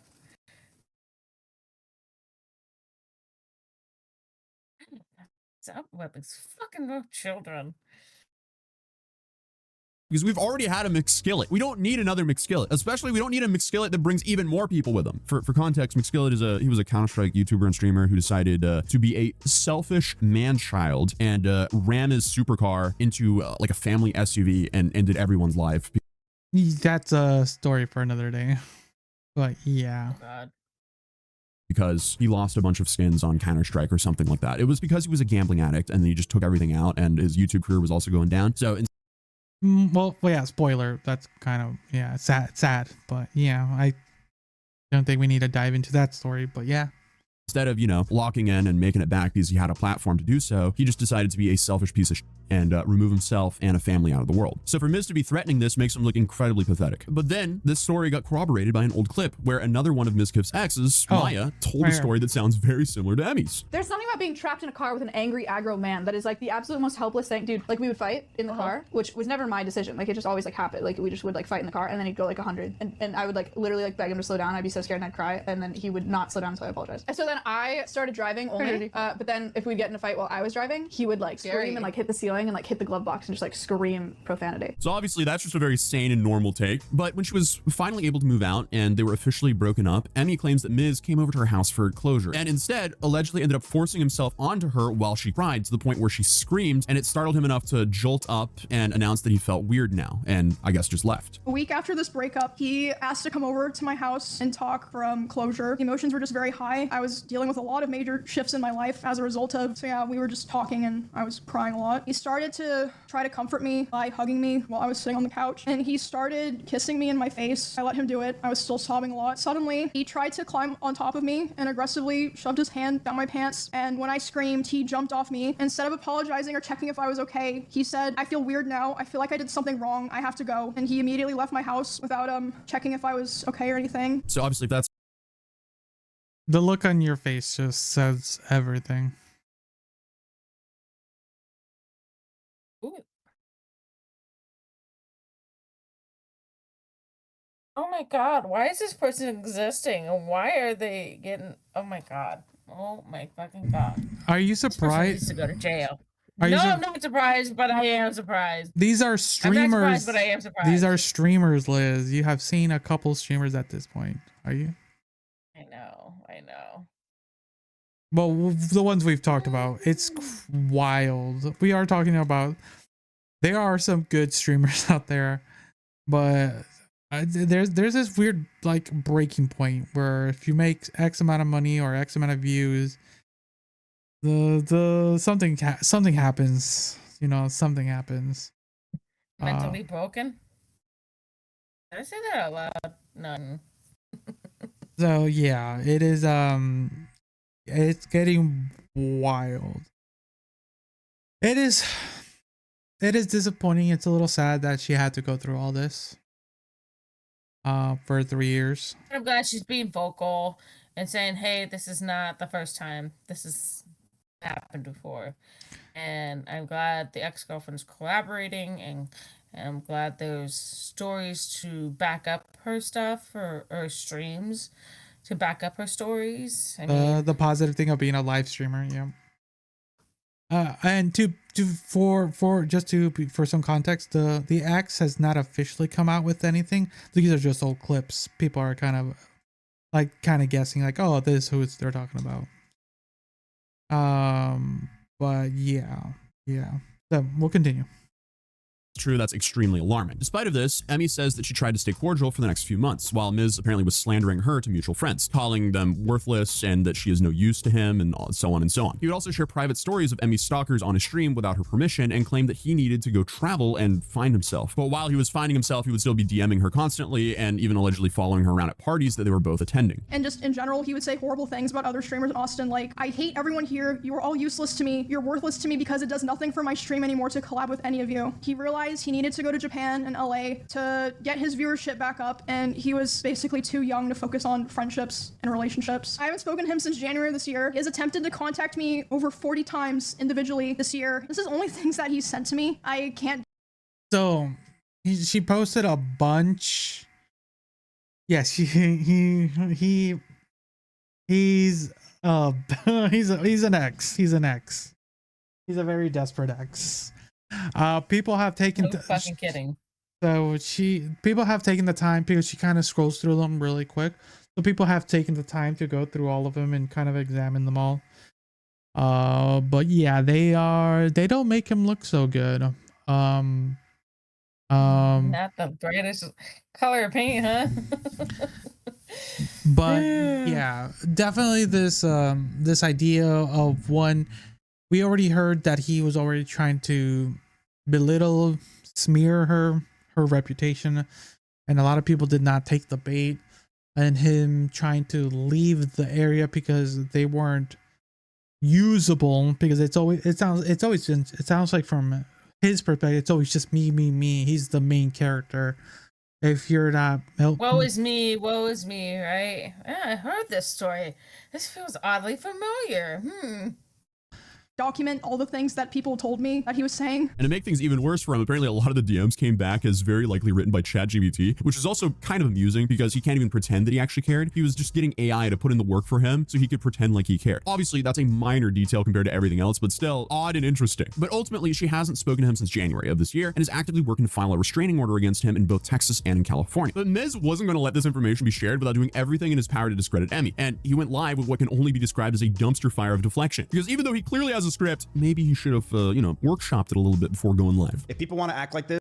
Okay, so this is the stream that went right after her stream, just for context. Okay, so right after she was done with this was probably an hour after. So him just basically defending himself. I see some people saying some very obtuse things. We can watch the world burn. Okay, fascinating response, to put it lightly. Yeah, so Miz. So hers was an hour and a half, right? What we were saying. So about an hour of the Mizka stuff, half an hour. His was, I think, 30-ish minutes to defend himself.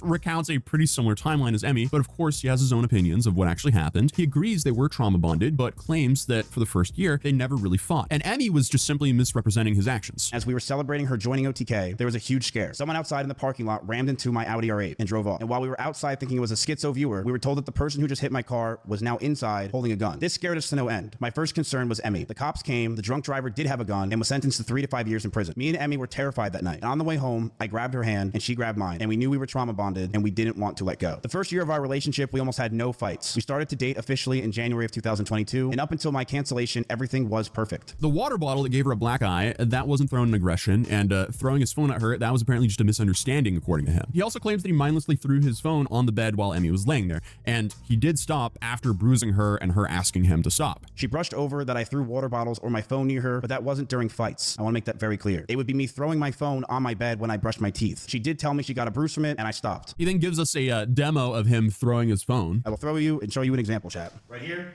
Look at me. I would throw my phone on the bed. I would just lob it over because I was going to bed. Yeah, and obviously that would hurt if it whacked you in the face. Like, it's a phone. It's not like a plushie, which we'll get into later on. But Miz seems to use Emmy's stalkers as an excuse for part of the stress that he was feeling, even though he invited her to come live with him because of those stalkers to begin with. But hey, he does also seemingly just kind of glaze over the fact that Emmy was the one directly being stalked and harassed. And then his own solution to this was for her to just stop streaming as much for his safety and sanity. And that's kind of sad because that just means the stalkers win. I did feel a lot of stress over the time of our relationship up until this point from her stalkers, from the ones that would show up at our old house, and also stalkers that just had from her TikTok postings. We found after being with each other that her stalkers would come to her a lot from her short form content. These people were schizophrenic and would think that she is talking to them. I told her, if we're going to be serious about this relationship, I need her to stop posting as much and to not farm these people. She agreed and understood that it was a safety concern for not only me, but the house. Russell, Simply, Corey, or anyone that was in my house or anyone that was near us. He also talks about how the 2022 assault cover-up allegations affected his mental health and how that was the beginning of the decline. He admits that he would lash out at loved ones, but Emmy would still stick by him because she loved him and wanted to see him get better. I was canceled by Trainwrecks and others trying to claim I covered up sexual assault. It was proven wrong, but that destroyed my mental health. I was depressed. I was losing OTK, my mental health, and all my friends. Emiru was one of the only people that were there for me. During a trip to Japan, he says that's when everything reached a breaking point for both of them, and that's when the fighting began. It got so bad that stress and constant talking about the same things over and over and no sleep that most of my hair started to fall out, and Emiru started to hurt herself while we were in Japan.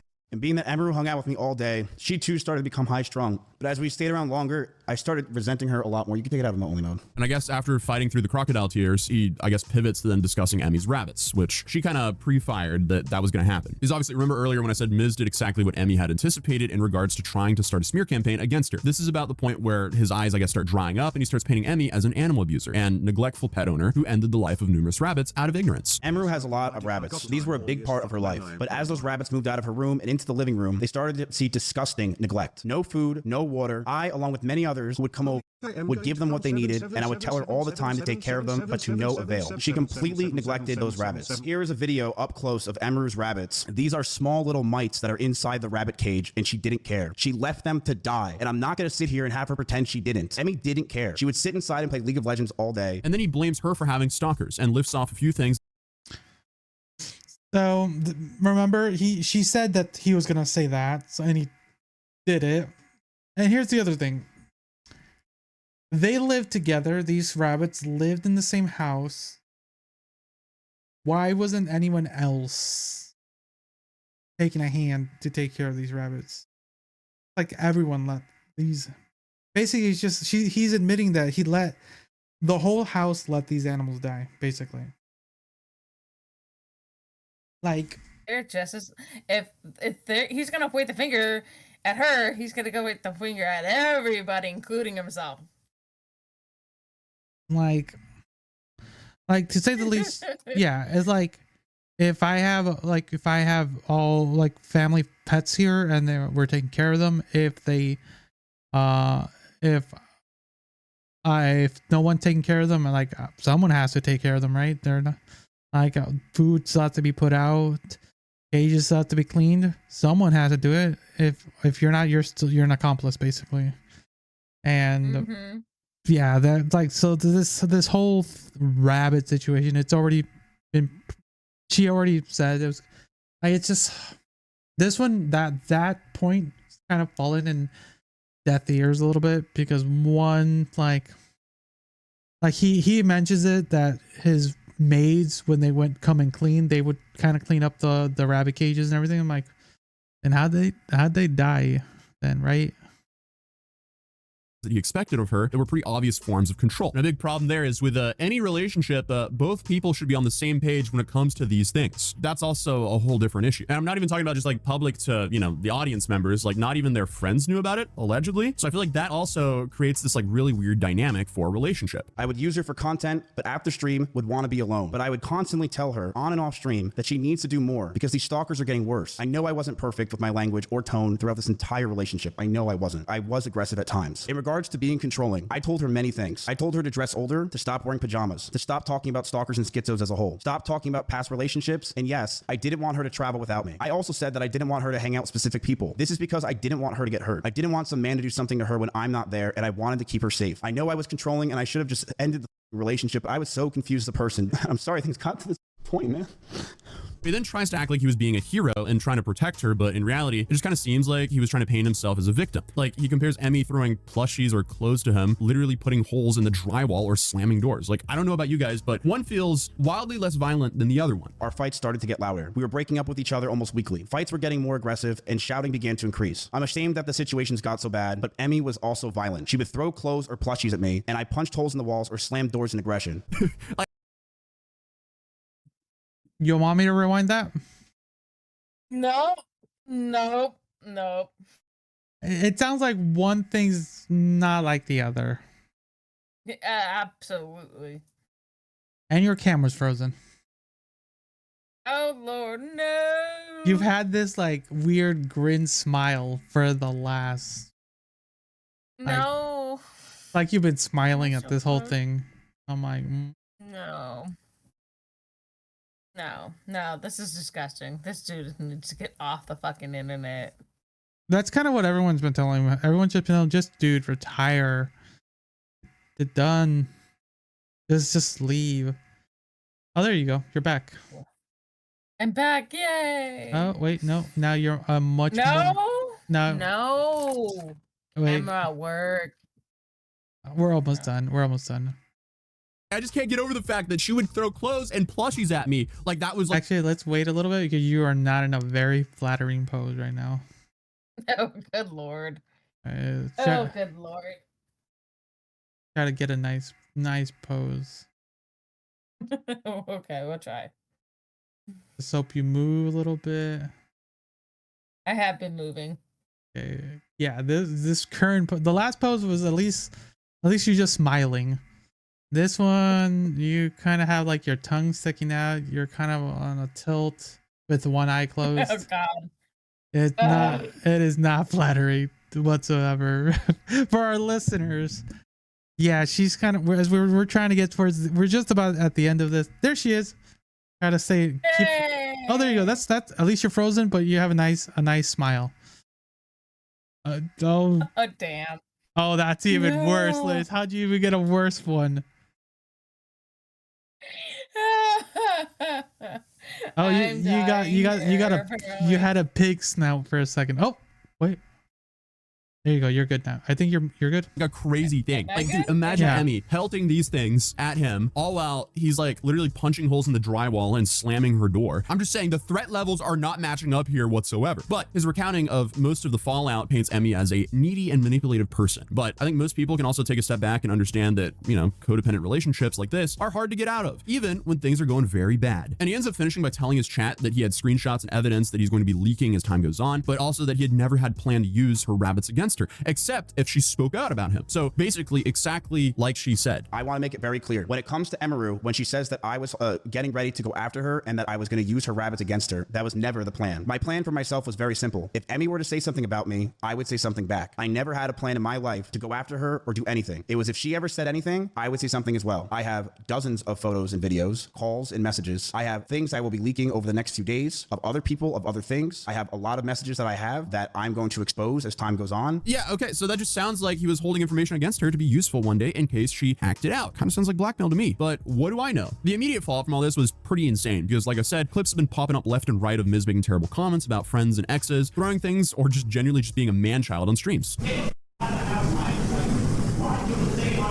I mean, just even the people who believe him in regards to Emmy abusing her animals, they still feel like that doesn't justify everything that he did towards Emmy. OTK, Mizkif's old organization that he helped co-found, made a whole statement saying that they support Emmy, and they'd actually terminated their relationship with Mizkif quite a time ago. And one of the most vocal voices about all of this was Asmongold, who is another OTK streamer, or former OTK streamer. And Asmongold claims that he knew about all these issues for quite a while now. But since all this has now came to light, Asmongold has been rallying behind Emaru and perpetuating the narrative that Mizkif was an alleged abuser and aggressor. It was explicitly hidden as much as possible in order to make sure that nobody knew about it. I don't know. I'm not gonna get into the specifics, right? Emmy was afraid that if the information got out, and Miz made her afraid that it would negatively affect Miz in multiple ways, and so he didn't want that to happen. That's more of their interpersonal stuff, and that's what she said on stream, and so I'm not going to elaborate beyond that. And even though Mizkif hasn't gone live since the abysmal explanation, and neither has Emmy, leaving people to wonder like what's actually going on behind the scenes, on November 3rd, a lawsuit filed by Mizkif outlines what he claims is defamation and breach of contract by OTK. And the 12-page lawsuit describes what he, in his opinion, was a targeted attack by Emmy, Asmongold, and other OTK entities stories, listing her October 25th live stream, his almost immediate release from OTK, and them reclaiming his shares in the company in the wake of the allegations as evidence. Mizkif also claims that OTK has no basis to do this since he never breached a contract he had with them and they didn't make enough effort to investigate. Instead, just sending him a letter the same day as Emmy's stream, letting him know what would be happening. He also stated that Emmy and Asmongold both knowingly perpetuated harmful and defamatory narratives about him during her October 25th stream and the following days after her stream. So now we can only assume that Demon Time means he's just going to go full lawsuit mode, or maybe originally Demon Time was him trying to like lash back at her, but when he quickly realized the tides of the communities were not siding with him, that's when he went the legal route. That's probably what happened. But who knows? That's just my opinion. His problem was he immediately went live and he confirmed a lot of Emmy's statements. So that definitely will not help him. Overall, this is going to be really interesting, especially legally, because a lot is going to come out in discovery if it gets that far. And I don't know what the contracts were like, but you would think they would be able to hold the right to release him for anything, especially in the influencer space, because, you know, suddenly an influencer does something and, you know, the org doesn't stand for that. So they should be able to release the influencer pretty quickly. But if he's a founding member and he had shares in the company, I don't know what's going on there, because at least you would think that he would have to be bought out at a fair market value of what those shares would be worth. Overall, I don't have enough information to speculate on what I think is happening here, so we just kind of have to wait and see. I think the clear takeaway here is don't be a scumbag, especially not to other Twitch streamers while you're live streaming yourself doing so, or while... Yeah, for the most part. All right, give us a second, everyone. Yeah. Maybe we can get Liz back. Yay! It must be the video. But yeah. Give me a second. Let me just... They're live streaming yourself doing so. It's just... What was that? All right, guys.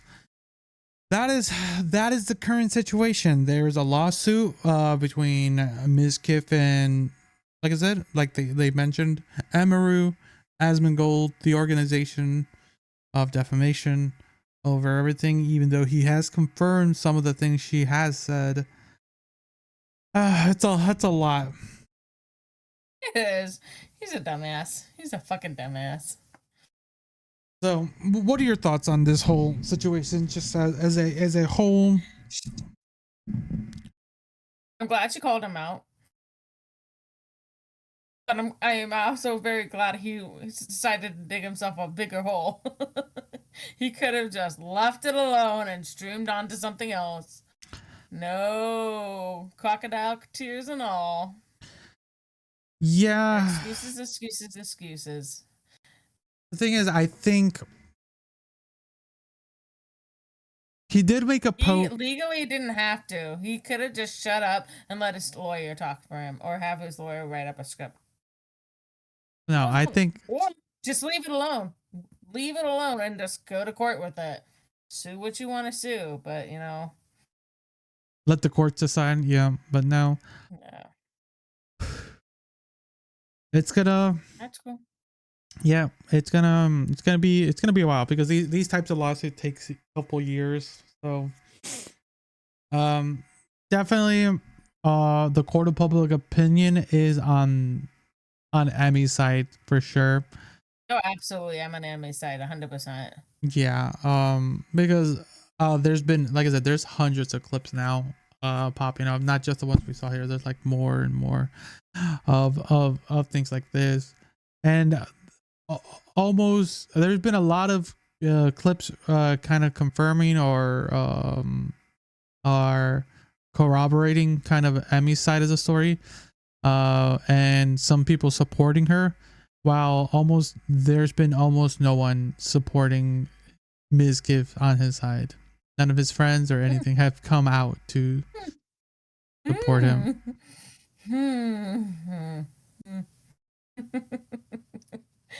Oh boy. So Bridges you burn are gonna come back to get you. Huh? Yeah. Oh, where's my friends when you need them? Nowhere. Sucker. Because it from the sound of it, they were really never friends for him. They were just content to him. So where are your friends? There's somebody you can use, right? Yep. He's probably not enough blackmail, apparently. Apparently. So, yep, that's the story. We probably won't get any more out of this one, because it is gonna be a lawsuit that's gonna take a while. But it is something that's happening in the space. Sadly, it happens not only in the space, it happens to a lot of people every day. This one was just more so easier to view because of how live each individual is, so it's able to get more eyes on it, for better or worse, right? I think for in this case for the better, right, since there is more evidence. But it is sad to see. We'll see what happens. We might talk about it once it kind of ends, but like I said, it's gonna probably take a couple years. Any final thoughts, Liz, as for this whole debacle? I hope for the power of Emmy, and I hope the best for her, and I hope people, karma gets those bad people. I really hope so. Or at least justice gets served, and they pay their price for the crime they committed, right? Exactly. So, everyone, thank you for listening or watching these like last two episodes. They've been long ones, but they've been very, very deep topics, heavy deep topics. They've been weird, but it's in that weird that we need to talk about it. It's the space. I think it's the space. This space is no bueno. This space is not good. No, we need something lighthearted now. It's almost Christmas time, man. We'll find something. We'll find something. But it doesn't sound we'll be having Santa in the air anytime soon. Sadly, right? Santa will be grounded just like all the other flights. So, everyone, thank you again for listening. If you're watching this on YouTube, don't forget to like and subscribe. Liz, you can go for the next part. If you're listening on Spotify podcasts or wherever you listen to your podcast, just like us and follow us, and we will definitely leave us a comment or two. You always like that too. Exactly. So everyone, I hope at this point you're enjoying the holidays. So let us know what you guys are having this holiday season. Let us know what your thoughts on the stories. So thanks again for listening or watching. Bye. Yo, going with KB, surge to a level of the block in the 95. Where the night going, we going, we going, we out going, we go. Yo, we got bees in the street, secrets on the block, this is jail, TCP, live talking cover. Cool block, the command with the mic and a bulletproof vest, reporting live from a scene that's a hot